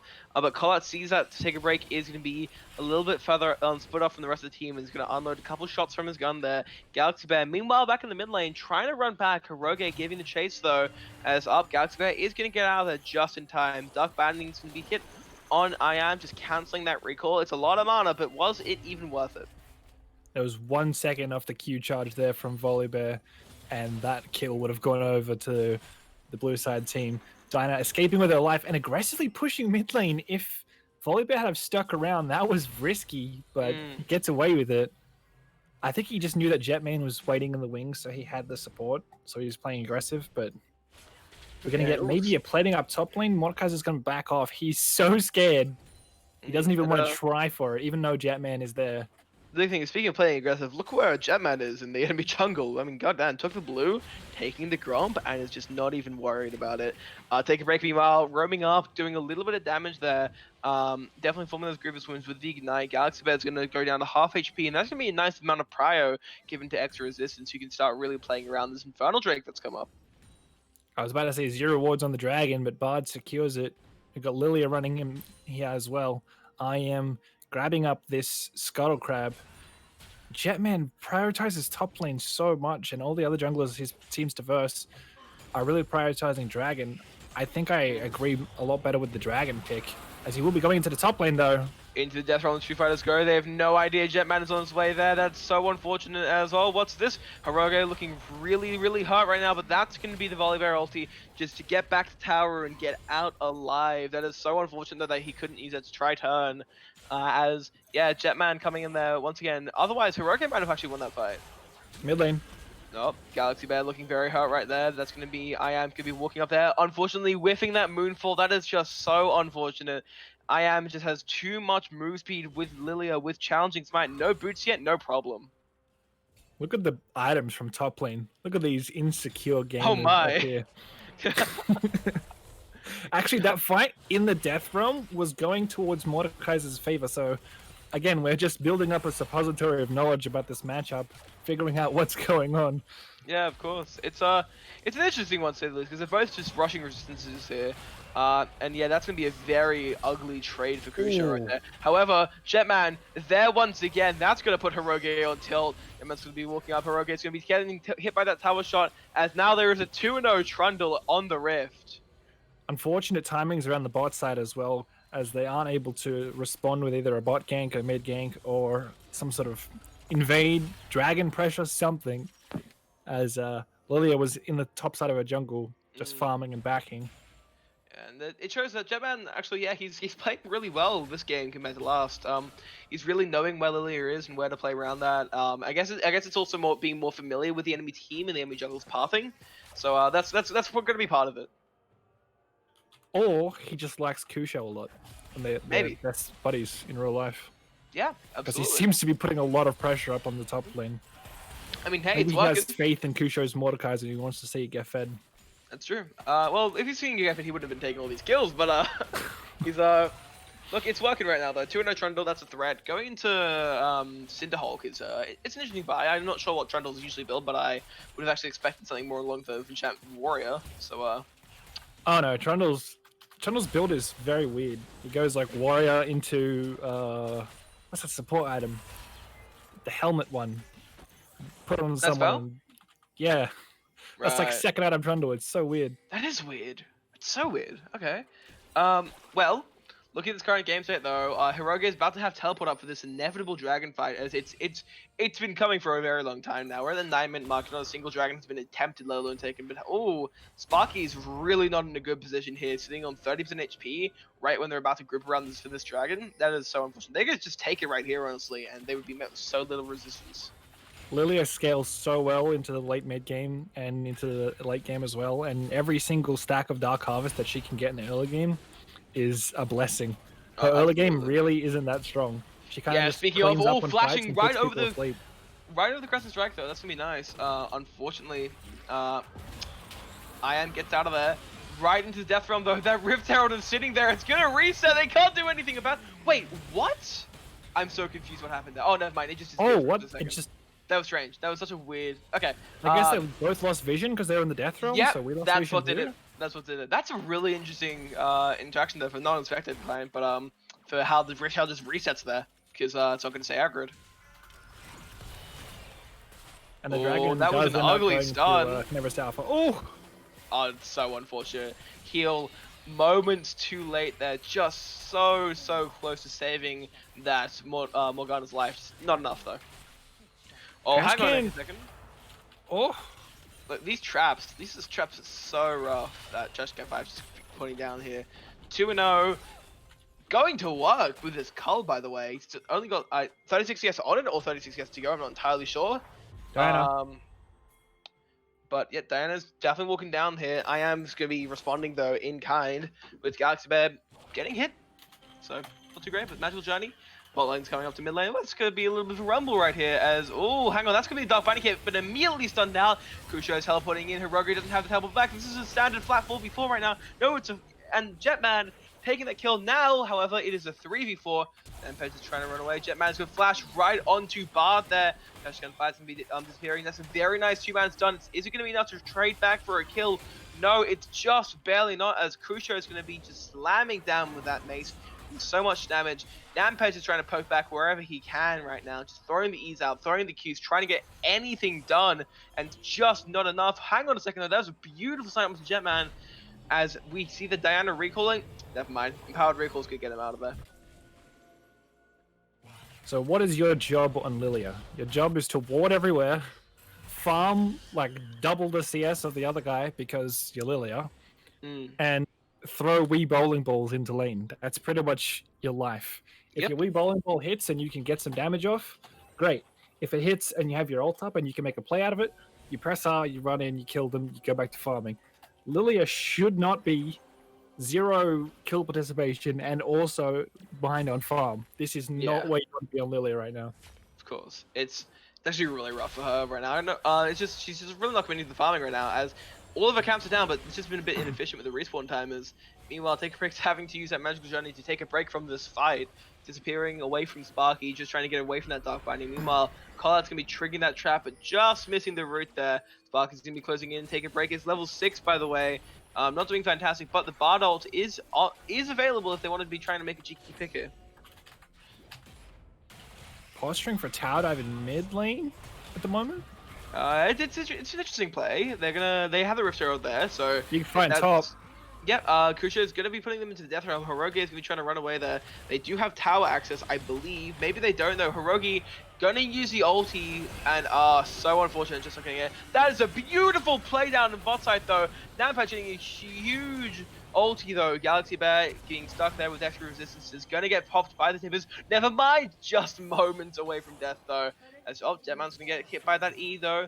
Going to get slowed down as Nampage is catching up. Jetman in the trouble there. That's going to be the Caitlyn ult. That's the ace in the hole. That's going to be shut down. 300 extra gold, 600 total. That's going to be a very nice lead for Trash Can 5. Yeah, the Lilia and team fights doing work there, and now the Jetman's put enough pressure top lane.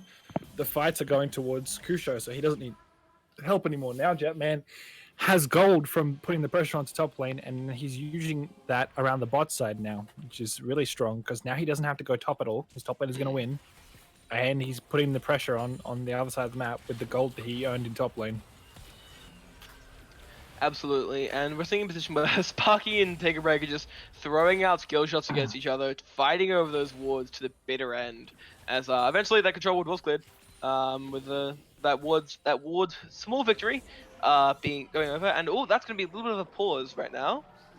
So think of Lilia kind of like a Karthus jungle. You're really only useful when your ult is up, and your ganks are kind of just like mediocre. You can slow, you do some damage, but unless your laner has some way of locking them down for you to actually get your damage off, it's not that great of a gank. So you kind of power farm and get up like 2 or 3 items, and then you're a menace to society.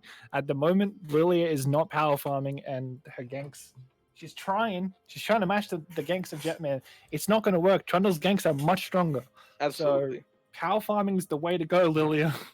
If you can hear me, I'm reaching through the universe. All camps are up on your side. Every camp in the whole map is up. There's not a single camp that's not up right now. 12 jungle camps are available on the map. Your Lilia, there should be 0. You take all yours and you sprint your little fluffy butt into the enemy jungle and steal all of his too.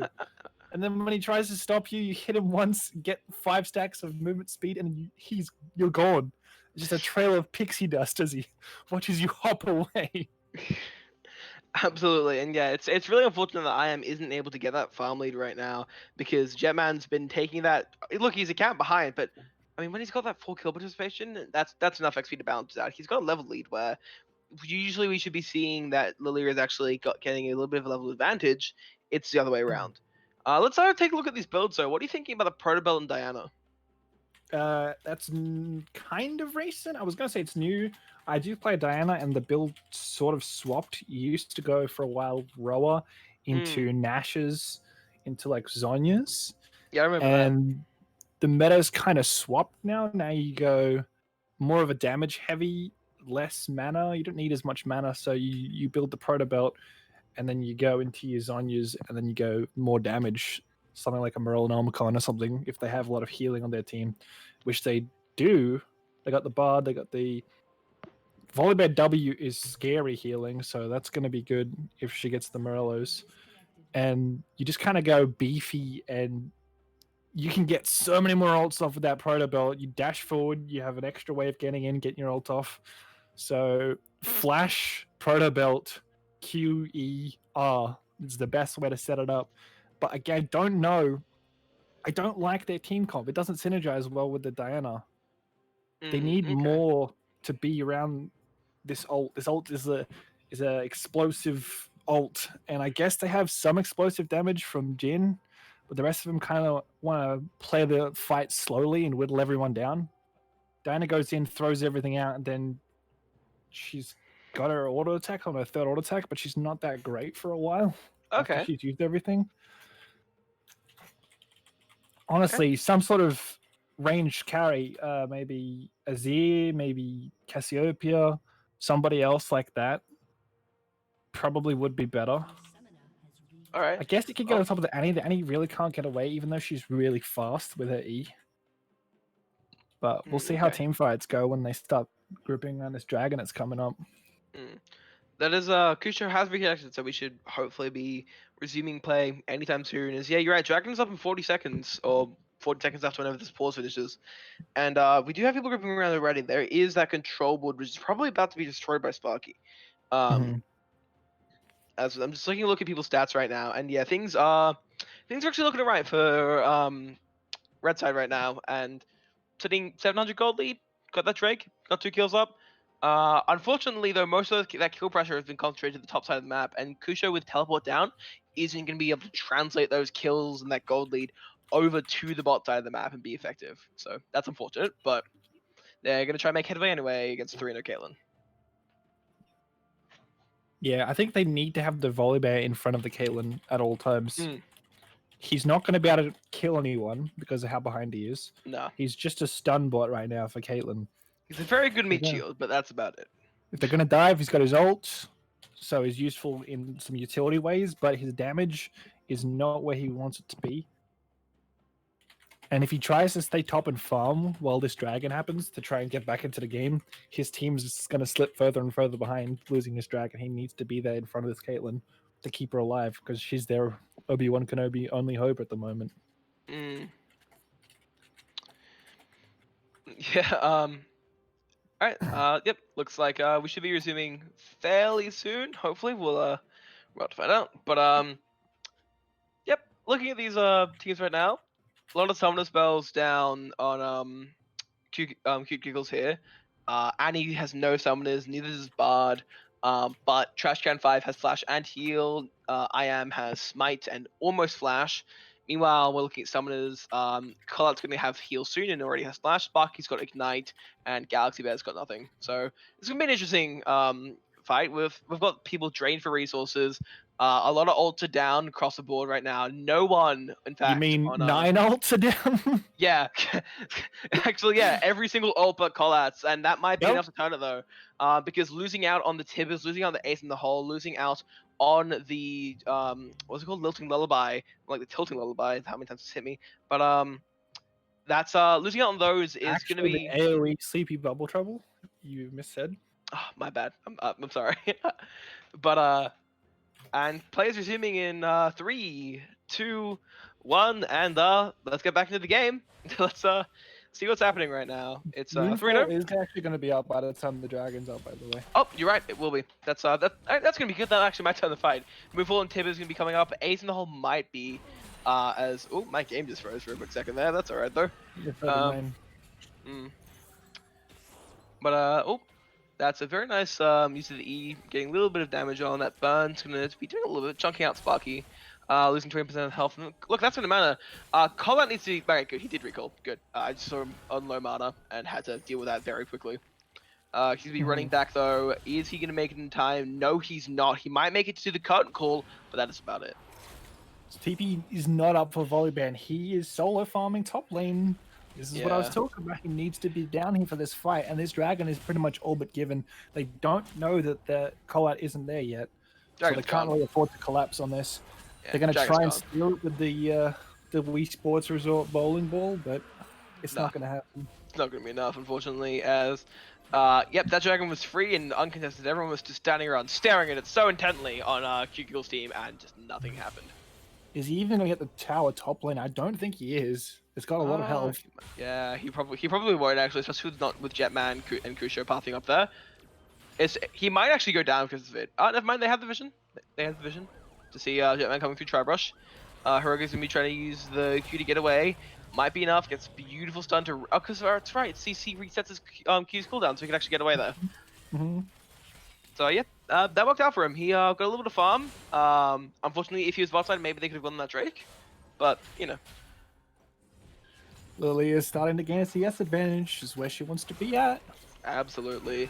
And yep, sitting right now, even levels. That's going to be the Lilting Lullaby. That's going to be the Stormcaller. Hiroge running right into that. Into the Delphi on the go. Jetman looking so low, but not low enough as he gets out just barely with his life. Hiroge is looking in so much trouble. F Resistance is just trying desperately to find a good stun to E-ult. And oh, they're looking for it. They're getting close, but unfortunately... Oh, never mind. Everyone gets away. Just barely alive, but Flash is being burnt there. Take a break, Flash is gone. Nampedge's Flash is gone. Hiroge's Flash is gone. And in return, they got nothing. That's really unfortunate. It did all get out, which was really nice, but you can just see how slippery they were. That Diana roll hit pretty much no one because Mordekai's is like, yeah, I'll take one person out of your ultimate. Diana's ult, if you don't know, does more damage based on how many people she yoinks inwards, and Mordekaiser is counterintuitive to that, the goal of Diana. to get as many people in a row as possible so she can one-shot everybody. Absolutely. Mordekaiser's like, nope, you have one less person to use to get extra damage. He's mine. I'm going to go fight him in here. Goodbye.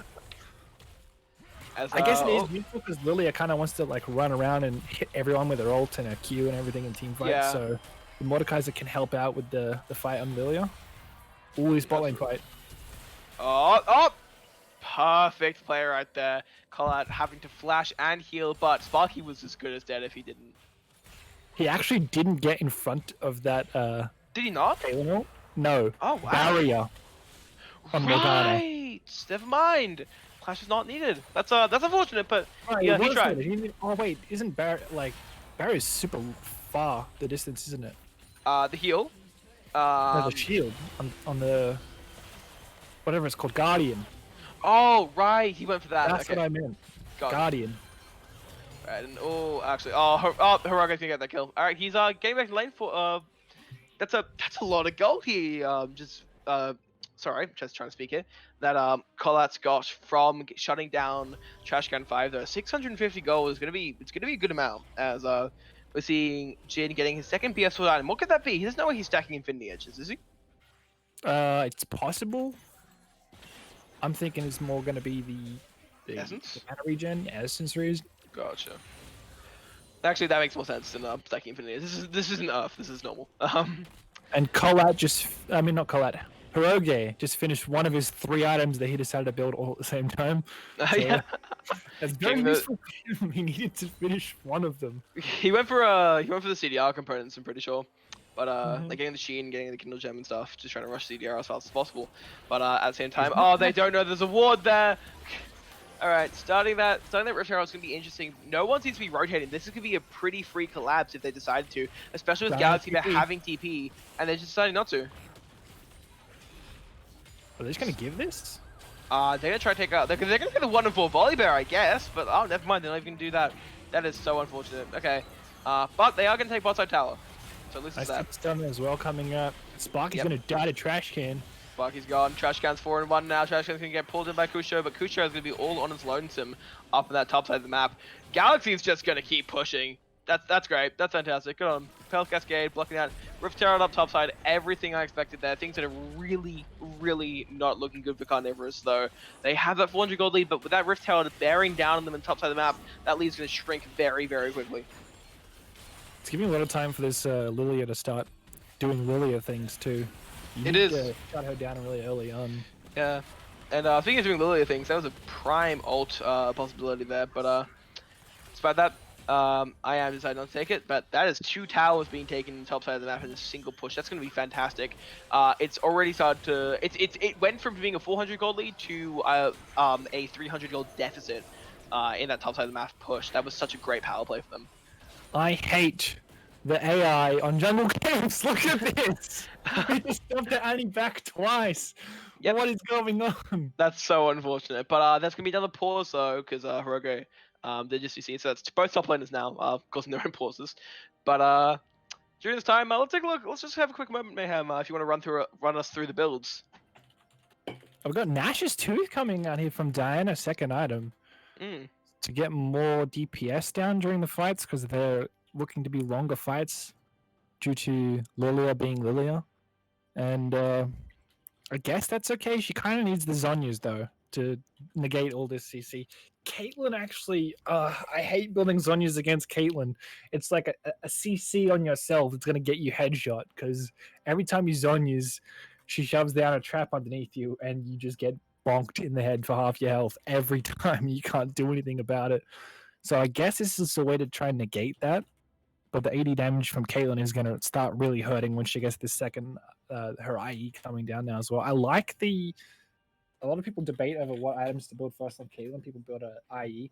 I really like Stormrazor because it almost guarantees a second shot on the person because of the slow, which Caitlyn's all about 2 big hits and your health is gone. So on other champions, it might not be as good because you kind of want...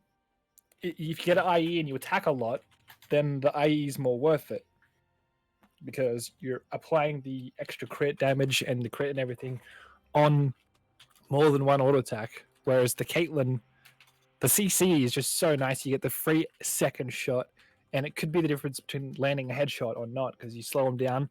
That shot that you slow them with could be the precursor to your headshot, and then bang, half health gone, and you have to go back. Okay. Yeah, you're absolutely right there with yeah. I mean, look, Trashcan 5, that's a threat. 4 and 160 CS. It's not. I don't want to be against that. I never want to be against the Fed, Caitlyn. But oh, Hiroge's just reconnected though. That's gonna be interesting to see when that pause is gonna be unpaused. I can't speak right now. Top But lane looking is at the trusting each other. yeah, looking at the ult TDs right now, I think every single ultimate on the red side on Jetman's team is up right now. Carnivorous having everything but Soul Shackles. Meanwhile, though, on Q-Giggle's team, the only ults that are up is Tempered Fate and Lilting Lullaby. However, Tibbers is going to be coming up soon as Ace in the Hole. Dude, imagine Lilia with Cloud Soul. Oh my god, I don't want to. See, that's the point. Already, and now she has the cloud traps all around the map. Yeah, I mean, look, it's if they fight in the jungle, she's going to be so fast. Oh, no absolutely. one can catch that. But it doesn't look like they'll get Cloud Soul though, because they're all recalling. Meanwhile, the Drake is up. They could be taking this for free right now, and Jetman. I don't think it's starting to yet. Oh, that's another pause. So never mind. We'll hopefully see how this game ends somewhere in the next 3 years. But apart from that, game state's still about the same. We've got people recalling up top lane. We're put on this very nice image of Bard right now, and yeah, wow, this is a pretty interesting game state. Where 20 minutes in, there's only been a total of 13 kills. Like this is already showing it's a pretty high level of play for this high end gold difference. Yeah, it's close. 300. That's nothing. Yeah, it's literally 1 kill, and that's incredible to see. There's a couple of waves. Yeah, absolutely. It's 16 CS roughly. I'm pretty sure. But yeah, it's a close game. 1 kill down and 2 Drakes down, unfortunately, though, which means that despite the incredible team comp that we're seeing from Q-Giggles, it looks like Carnivorous is having the upper hand here. Yeah, we got the, what's it called? The item, Knight's Vow, coming out onto Jetman as well. Yeah. Hey, this game's going to pause every 3 seconds. To be honest, probably Kusho. Probably Kusho at this point. Yeah, either Kusho or maybe Callout once Callout finishes that next item. I think he might need more than that. Okay. Well, we'll find out. As hopefully we're getting unpaused relatively soon. Team damage is not online yet. Lilia damage is not online yet. She's still just a sleepy bot. Slows and sleeps. That's all she is. An annoyance at the moment. Yep. Late game, that W when someone's asleep, that's your whole health bar. Goodbye. So yeah, there we go. We've unpaused. Let's see if let's pray that was the last pause actually. As Callout and Jetman taking that Drake, I don't think they're going to be able to contest this effectively unless Bard knows it's there. Game froze for a second here. I hope that did for you as well. As Sparky missing Dark Binding. Hiroge taking the control ward as they're all just kind of distinct away. Getting that vision control. Unfortunately, it's just a little bit late because now all of a sudden Carnivorous is on Soul Point. And how do you think Cloud Soul is going to really interact with Carnivorous' team comp? Cloud Soul reduces the ult cooldowns. It does. So I don't really know. Their fight isn't really crazily based around ults. It's not some sort of a Malphite wombo combo or anything like that, where you need your ults up to be able to fight. They're still pretty much all useful when their ults are down. So I guess the movement speed is nice, but there's a fight coming top lane. Oh no, that Dark Binding's gonna be tragic as IAM's gonna be immediately picked off. The Moonfall's gonna do so much damage. Is already Extra's already looking so low. Popping the star point. Trashcan 5 is getting jumped on by Galaxy there. It's gonna be enough though. Trashcan 5 so low. Hiroge saving the day for them. Sparky's level 8 and just trying to survive out there. Kusho's gonna be chasing down, take a break, and it's gonna be enough to get away. Yes, it is. Hiroge is a new target for this Mordecai. It's the Iron Revenant as Jetman's coming in there. That's gonna be the Stormcaller though. Sparky's going to be coming in. That's going to be a beautiful Dark Binding, but take a break to him, probably getting that kill very, very soon. Look at the Definitely a little bit heal. damage. That's going to be curtain call. That was an insane heal from Hiroge there, that empowered W. Magical Journey going to be picking off Bard right there. Hiroge's going to be looking solo, but Sparky landing the Dark Binding, landing the Tormented Soil. Is it going to be enough to run back? And yes, that's a beautiful W, sniping them out here. That was such an insane fight. Colette coming in at the last second to clean it up and finish it off. Only magic resist on the Volibear means that last curtain call hit by the gen almost killed him completely outright. And then the bind into the second gen W. Morgana gen works really well together, and that's why yeah, the Annie got taken out of the fight by Mordekaiser, and he just started popping off in that fight, murdering everyone. He pulled in Trash Can 5, smacked him over the head with his big mace, and he went down as well. I'm pretty sure Trash Can like flashed in to try and like he really wanted to hit that Mordekaiser. You need to wait for his cooldowns to be down before you start hitting. That's the rule 1 of ADC. You don't want to be around big tanky boys when they have abilities up. You wait, hold off, calm down. I know you just got excited because Galaxy Bear almost 1v9'd your whole team and managed to kill him. But you need to relax, let your team do some work first, then start shooting him in the head with your gun. 100%. As I am going to be looking to walk up here, seeing Sparky that doesn't want to get hit by that Dark Binding. Currently playing footsies in the Cloud Strikes area. Confident that they can dodge it. And oh, that headshot is just does so much damage. Having to flash away from Temper Fate, doesn't realize that extra resistance is already running up there. Instead, though, he gets away. Resistance decides to give up on that chase, thinking that other people around. In fact, there would have been no one there to stop this Diana, to save this Diana. So seems like I have the reverse of Caster's Curse going on because I predicted the way the bot lane was going to go last game, and literally what I was talking about before with the Storm Razor just happened onto Diana. He slowed him and he headshot him and he half-healthed him. Absolutely. Now Diana has to back off. No pressure on bot lane. Look at this bot wave pushing in. Diana is too scared. She has to go heal up off the blue buff, and that's a lot of pressure down on bot lane just from the Storm Razor item being completed. It's nuts. And Jin having finished Storm Razor, we thought he'd go Essence Reaver, but Storm Razor just makes so much more sense right now. With Jetman and Sparky definitely just getting so much vision control. Still though, just want to point out how much of just how insane of this support Take a Break has been. 74 vision score in a 24-minute game. That is just nuts compared to Sparky's 44, which is also pretty nuts as well. I was watching some pro play, and one of the supports had like 150 at like 24 minutes. Jeez, that's nuts. To be fair, pro players place double the amount of wards, so technically Take a Break has the same. Of course, that's how we do it. Freeload, that's how we're gonna work it out. Yep, of course. It's basically a pro player, it just has less wards to kill. Okay, so yeah. So if you think about it, we're just watching pro player right now. If you we're essentially Worlds. Yeah. This is Worlds. You are currently watching BSV Worlds right now. Of course. We're getting rid of OPL. We're bringing it back. This is BSV. But yeah, look, there's a bit of a lull right now as maybe people are going for a pick around Galaxy Bear, but this Drake is spawning in 10 seconds. There's definitely going to be a fight around it. Kusho's got TP, so does Hiroge, but Hiroge's instead deciding to sit in that bot lane, get those wards, get minion aggro though, and take a little bit of damage. But again, once he hits that half HP, he's going to have Wit's End to make it up for it anyway. Oh, things are looking good here. That's going to be an incredible Moonfall though. And yeah, Hiroge's just gone. There's nothing they can do there. Let's just turn this fight into a 5v4 there. And that's going to be incredible for the side of Carnivorous. The quicker you can take down Volibear, the less he can press W.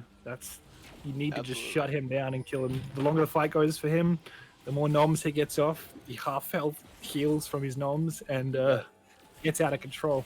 Kusho is just pushing top. He doesn't need to be there. It's 4v4. Yeah. He's got teleport and they win the 4v4, so he doesn't actually need to do anything. Oh, they're pushing him, distracting him though. Yeah, I mean, that's going to be the Temper Fake. If we put him in stasis, is it going to be enough? Yes, it is! No, it's not! What was that? Oh, Collard taking the steal there. That's going to be Soul Shackles. Curtain Call going down. Trash Can 5 being picked off with the Jin bullets. Galaxy Bear taking that kill. And I am's going down as well. Extra resistance taking out Sparky in the meanwhile, though. He's in the backline, so he's looking solo, but so is the Jetman trying to get back, using Kusho as a bit of a meat shield to tank the Bard Q. And extra resistance is going to be trying to run away there, but no, he can't get out. He is dead. Jetman is alive. There is still a Mordekaiser in this fight. Galaxy Bear is going to be using the E, trying to get onto them. That's a beautiful route there, but it's not going to be enough. Let's take a break. Just gets away. Hiroge has just spawned back in, though. Galaxy Bear trying to run away. Hiroge is there, going to be clearing that wave as that fight ends with a Drake, a Soul, and now a Baron. That was such good value for Carnivorous. That was such a sick play by Take a Break. Ulting Jetman. Single ult, doesn't matter. It's the jungler. He has smite. He can't take the dragon. Guess what? Jin's auto attack does more damage than any smite in the game. That's nuts. It's He so crits nuts. it, takes the steal, and wins the fight as well. Yep. Jin is in power now. Now he does damage. He's online. Caitlyn is getting outshadowed right now. Oh, absolutely. And Trashcan 5 was popping off in the early game. 4-1. That was a huge threat. But yeah, Cart's finally scaled. He's going to walk up and go, yes, congratulations, you have Fat ADC, but I have Gun. And that's all he needs. Score's looking pretty good if you look at the scoreboards for Carnivorous Alpha. That's 5-1, RFC. 5-2, 3-1, 3-2. And Jin just finished RFC. Game's over. As far as I can tell, game just won the game. 4 shutdown golds. Yeah. And if they can get that good team fight and get all of them, that's going to turn the game around. But they won't. They can't. Jetman is a support, of course. Knight's Vow, Shirelia's. Oh yeah, absolutely. Warrior, no. Oh, You and slow getting caught people out. and bite them. Getting caught out trying to get vision. Classic support play. Trashcan 5 trying to sit in the back line here, just get as much farm as possible. But look, oh, that's so much damage. Fasting away from Tempered Fate. Dark Bind being landed onto extra resistance though. Things are looking good for the spot lane. Getting a little bit caught out right now on the bottom side of the map. As I am walking up there, not a care in the world, ready. Playing a little bit cautious now though. Just playing around. And how do you feel about this game right now? Right before this fight's gonna start. What did you call me? How do you feel about this game right now? Right before this fight is gonna Did you start. call me Shrek? It sounded like you called me Shrek. I did. I don't think I called you Shrek. No. Cloud Soul. Galaxy Bear though, taking that kill, taking a double kill actually. They're kind of cool. Not going to do much though. Is that a triple kill? That's a triple kill. Hiroge is going to be ulting away, trying to just limp back out of the base. Galaxy trying to run there out of mana though. No Quadra and definitely no Penta. I think you're a tiny bit ahead of the stream. Oh, I might be. That would be unfortunate. But Just got a triple kill by Diana right now. oh no, that's not good. Hiroge, definitely getting caught out here though. Up, that's Death Realm. Hiroge's going down. Sparky trying to run away there. Kucha going through. We have just hit the 30-minute mark of this game. 1 Nexus Tower is down, 2 Nexus Towers are down, Tempered Fate. It's not going to be enough though, as that's going to be Jin. 4-shotting the Nexus, that's going to be a beautiful route. Kusho's on a killing spree, as ladies and gentlemen, that is game 2 done and dusted. Carnivorous is moving on to the next round. Wow, spoiler alert, you're like 10 seconds ahead. Oh, I'm sorry. No, it's pretty much over already. Yeah. Really well played by Carnivorous Alpha. Again, last game, person who won, all 4 dragons. This game, team that won, all 4 dragons. Seen in trend. Absolutely. Dragon is important, ladies and gentlemen. Please get the dragon. It's almost like since the start of the season, Dragon's been incredible. But you know, that was a game. That was definitely a game. 22-10 for Carnivorous there. Getting a very nice kill lead, getting a very nice gold lead, hitting at that magical 10k number right before the game ended. And really well played by both teams there. But Jetman really came through this game, redeemed himself from that Twitch time. Master Kusho popping off as well, as did Galaxy Bear, especially towards the end. That picking up that triple kill in the last fight was incredible. Call out stealing that Drake as well. Just some really fantastic plays overall by Carnivorous. As that was a game. Mayhem, do you have any last thoughts about this game before we move on to the next one? That was a game. Also, I think we forgot about the sponsors. I think we should give them a shout out. Oh yeah. Well, in that case, this once again we are sponsored by Aussie Broadband.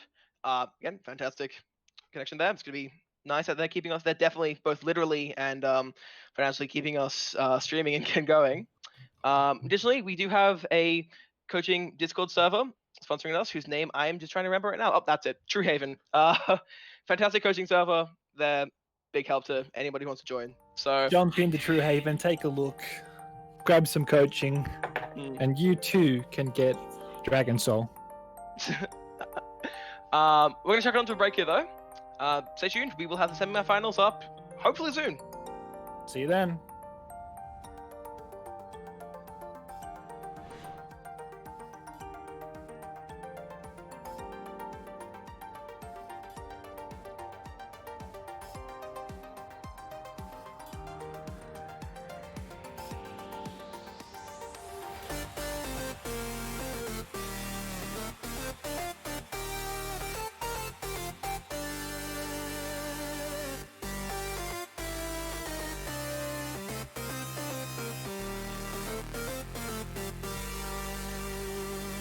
We don't care what they say, we will be here all day. We'll stay here till it's over.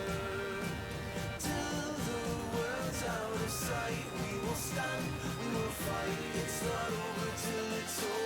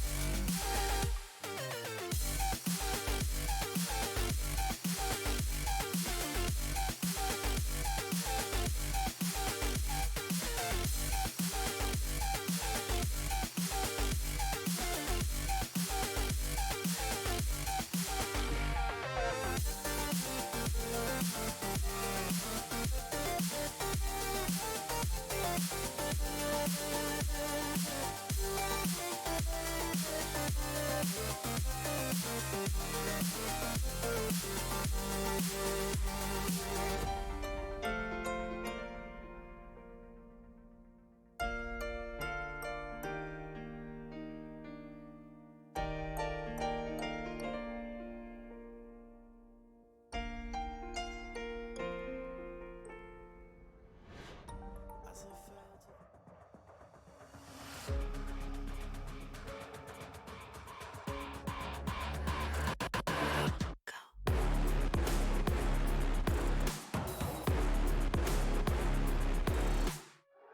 We the top again, now would help you lay the crown, but count us higher than a mountain. And we be up here for the long run, strap in for a long one. We got everybody on one. Now you coming at the king, so you better not miss. And we only get stronger with everything I carry up on my back. You should paint it up with a target. Why would you dare me to do it again? Come get your spoiler out my head. We're taking over. We're taking over. Hey, look at you calling my name. You ought to know by now that we're taking over. We're taking over. Hey, maybe you wonder what your future's gonna be, but I got it all locked up.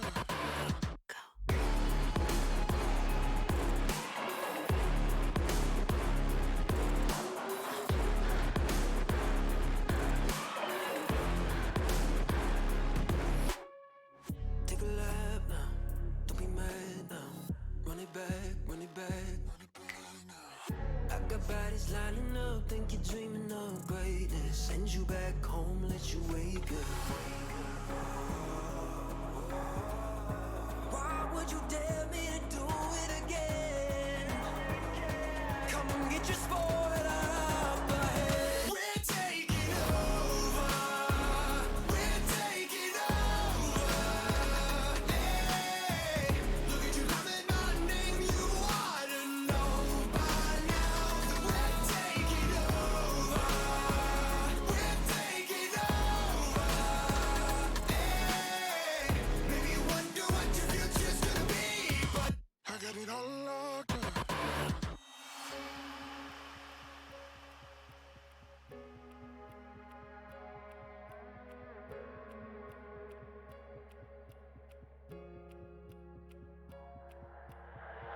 炸以后，除了是傻子还有其他吗？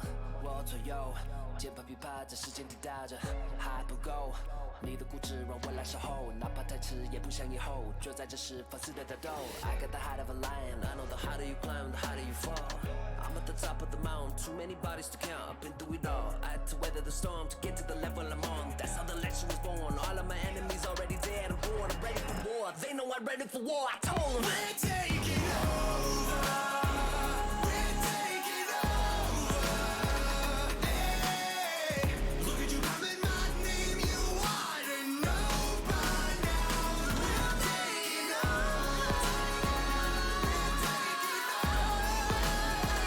Hey, maybe you wonder what your future's gonna be, but I got it all locked up.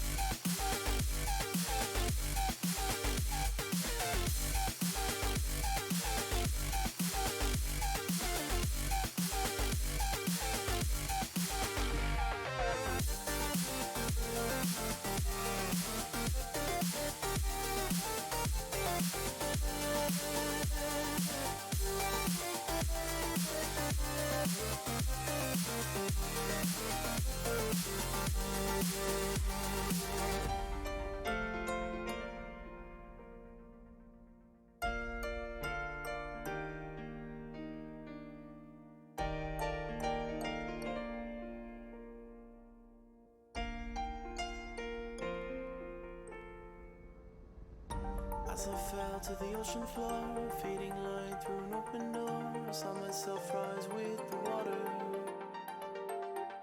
They thought they could keep me down, hold their breath and watch me drown, but all they did was push me higher.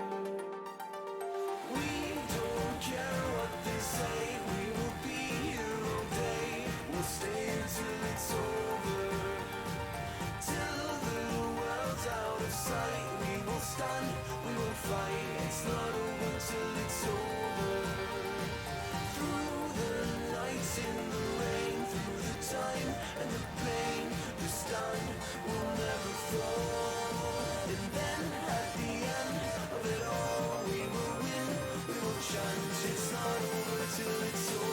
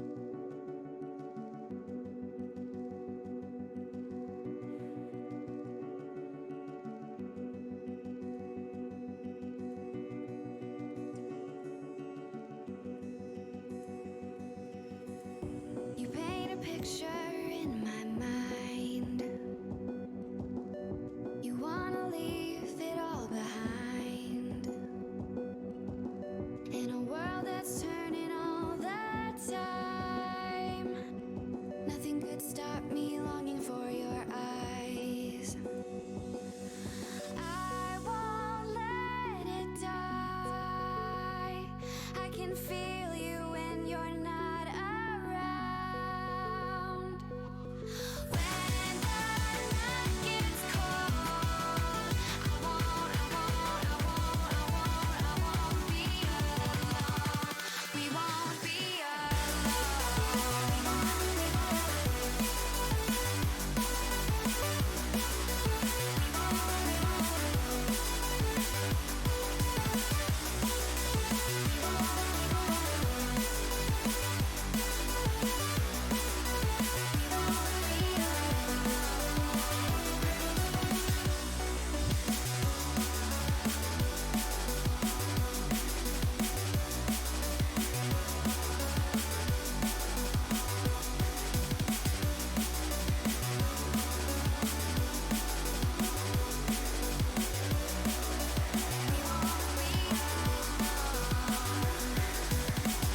This lake of fire burns my skin.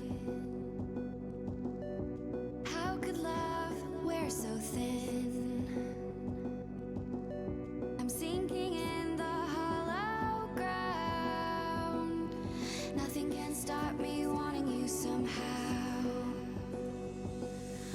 I won't let it die. I can feel you when you're not around. When the night gets cold, I won't be alone. We won't be alone.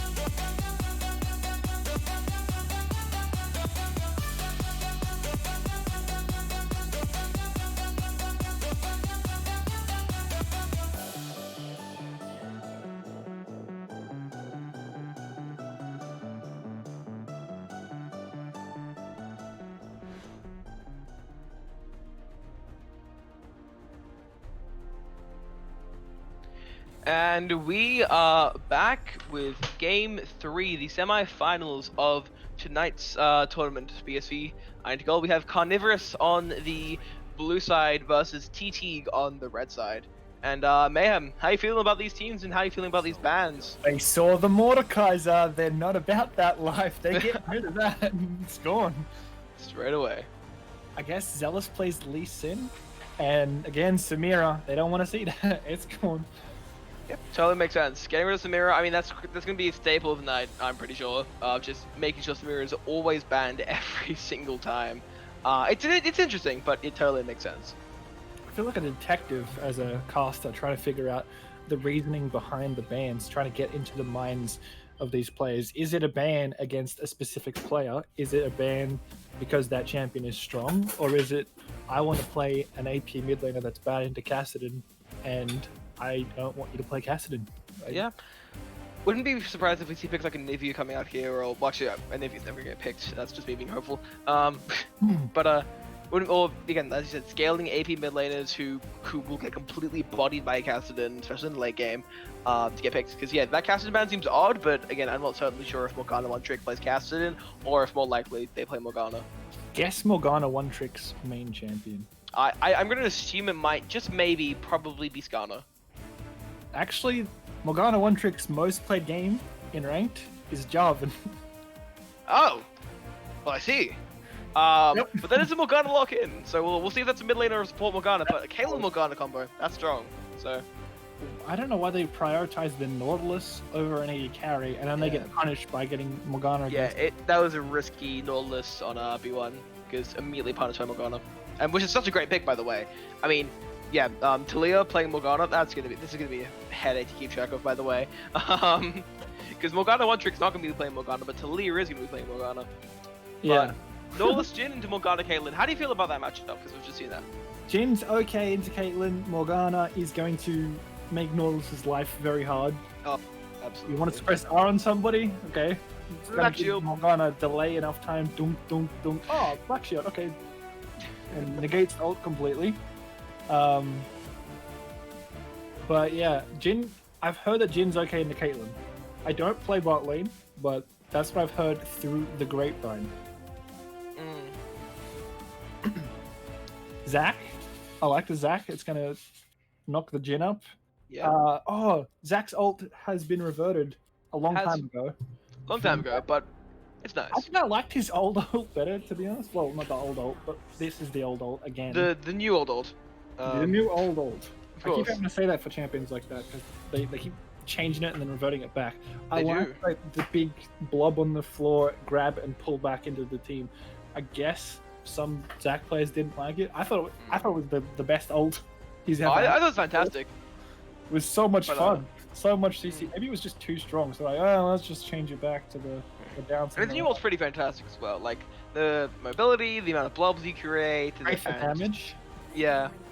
The reason why I was thinking about it is either one of his ults, the new old one or the old one, is good against Kindred. You bring the Kindred ult up. It's a way of displacing, getting them out of the Kindred ult so that your team can block them down.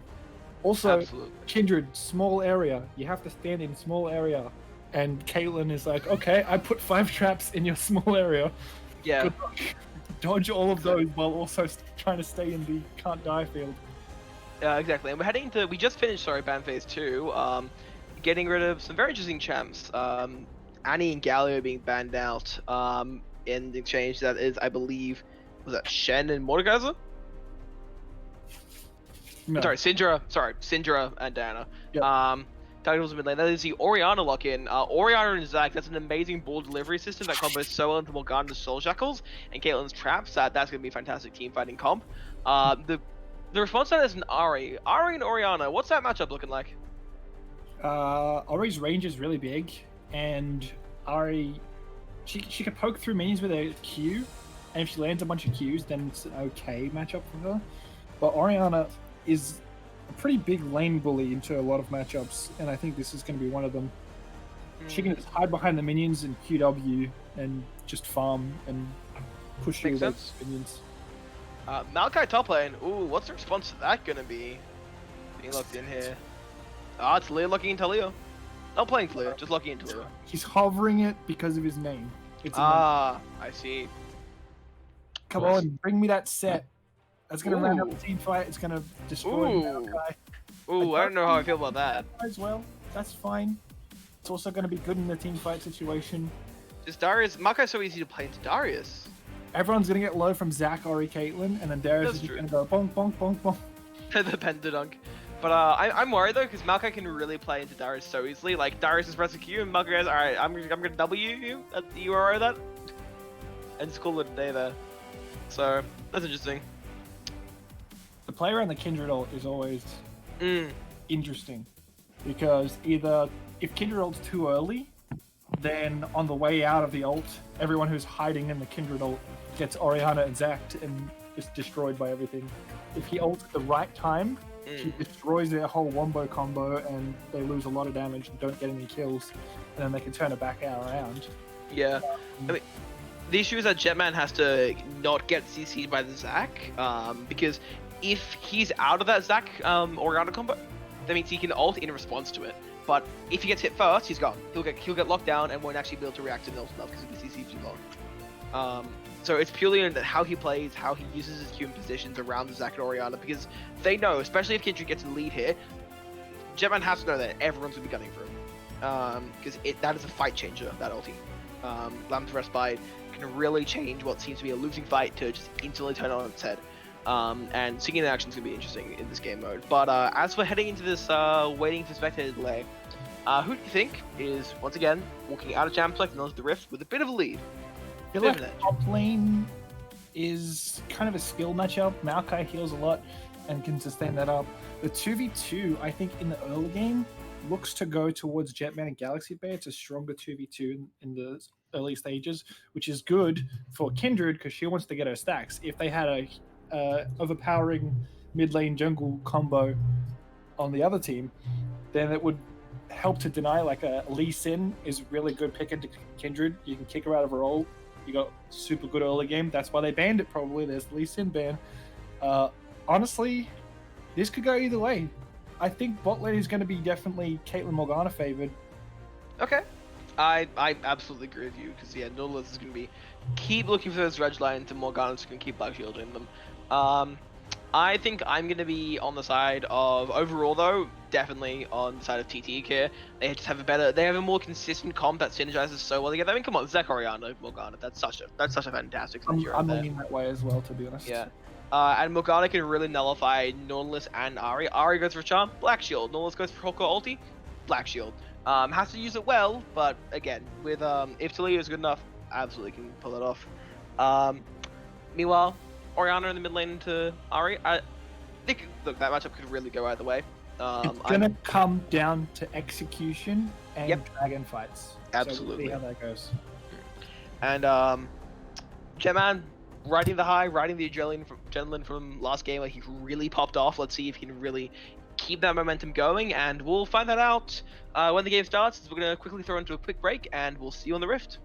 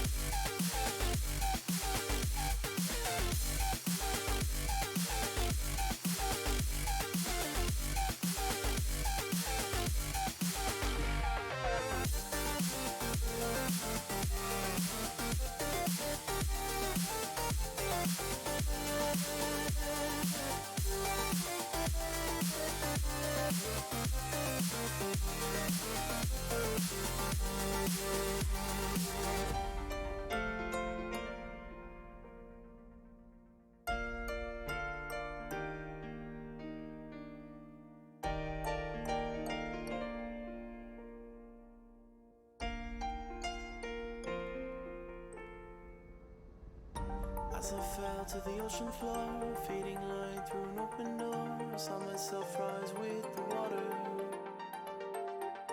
They thought they could keep me down, hold their breath and watch me drown, but all they did was push me higher. We don't care what they say, we will be here all day. We'll stay until it's over, till the world's out of sight. We will stand, we will fight. It's not over till it's over. Through the nights in the rain, through the time and the pain, we stand, we'll never fall. And then at the end of it all, we will win, we will chant. It's not over till it's over.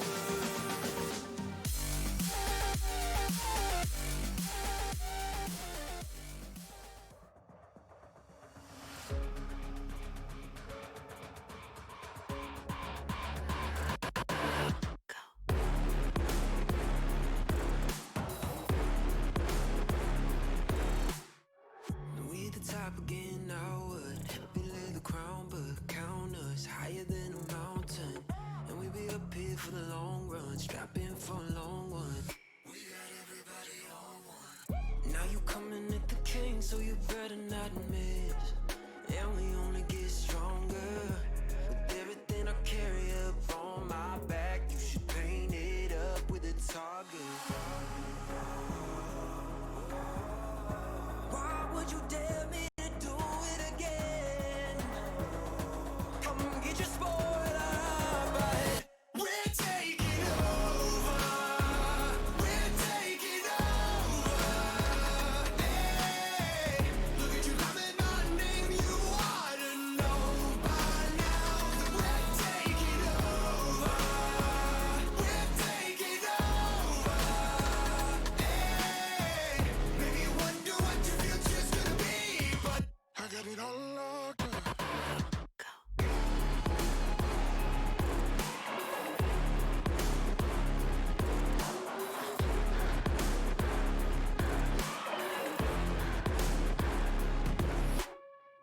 Take a lap now, don't be mad now.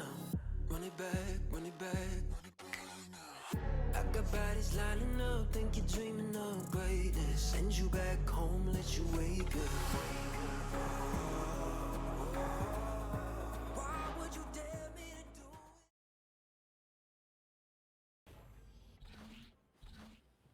it? Alrighty, and we are back, and we're seeing something very interesting happen. We might be seeing a 5v5 is what we might be seeing. With Platonic sitting there, and oh, that's a ward. There's no way they're expecting Oh it. The my flash! God. Oh, it was a bait! It was a bait the entire time, and that's gonna be First Blood going straight over to who got that? Oh, Morgana Wancho got that. That's fantastic. Galaxy Bear's got Galaxy Bear's gone. That's so unfortunate. Oh man, Sparky was so ready. He flashed over the wall and then was like, "Wait, is there 5 people here?" And then got completely bodied. That was. I have no idea why that worked or how that worked, but I mean, they knew. They just knew it would happen. That's incredible. It was at this moment Sparky knew. Of course. Yep. He flashed into 5 people. He That's had crazy. no. I mean, to be fair, would you expect 5 people to No. be piled up and not the tri-brush, right? But the bush behind the tri-brush, just It was waiting, perfect. waiting for the moment that It Sparky was did that. perfect. They're Darius geniuses. just dawdling about like, "Hi, I'm just warding this lane. I'm just doing Darius things." That's tragic. This is the perfect spot. That's where he should be standing if he was spreading. Yeah. They have no idea where the rest of the team is. How could they know? I want to Why know would who. they be there? Yeah, of I've course. I never wanna seen know- anyone do that before. I want to know whatever madman made the call and just said, "Just trust me, guys. I know I'm right." Incredible. That was amazing. That shouldn't have worked. Darius with an extra kill, an extra longsword on a snowball champion like Darius. That's terrifying. They just knew. They just knew with 100% certainty. They didn't even try. Like, look, Jetman could have just invaded bot side and nothing would have happened. They wanted that red buff. I'm astounded. Maybe they just That's- know this that's team. the dredge Whenever line, by the Palpa has way. been around for a while. Yeah, Sparky trading back, but oh, unfortunately taking a lot of damage to return. I'm in shock from that opening play.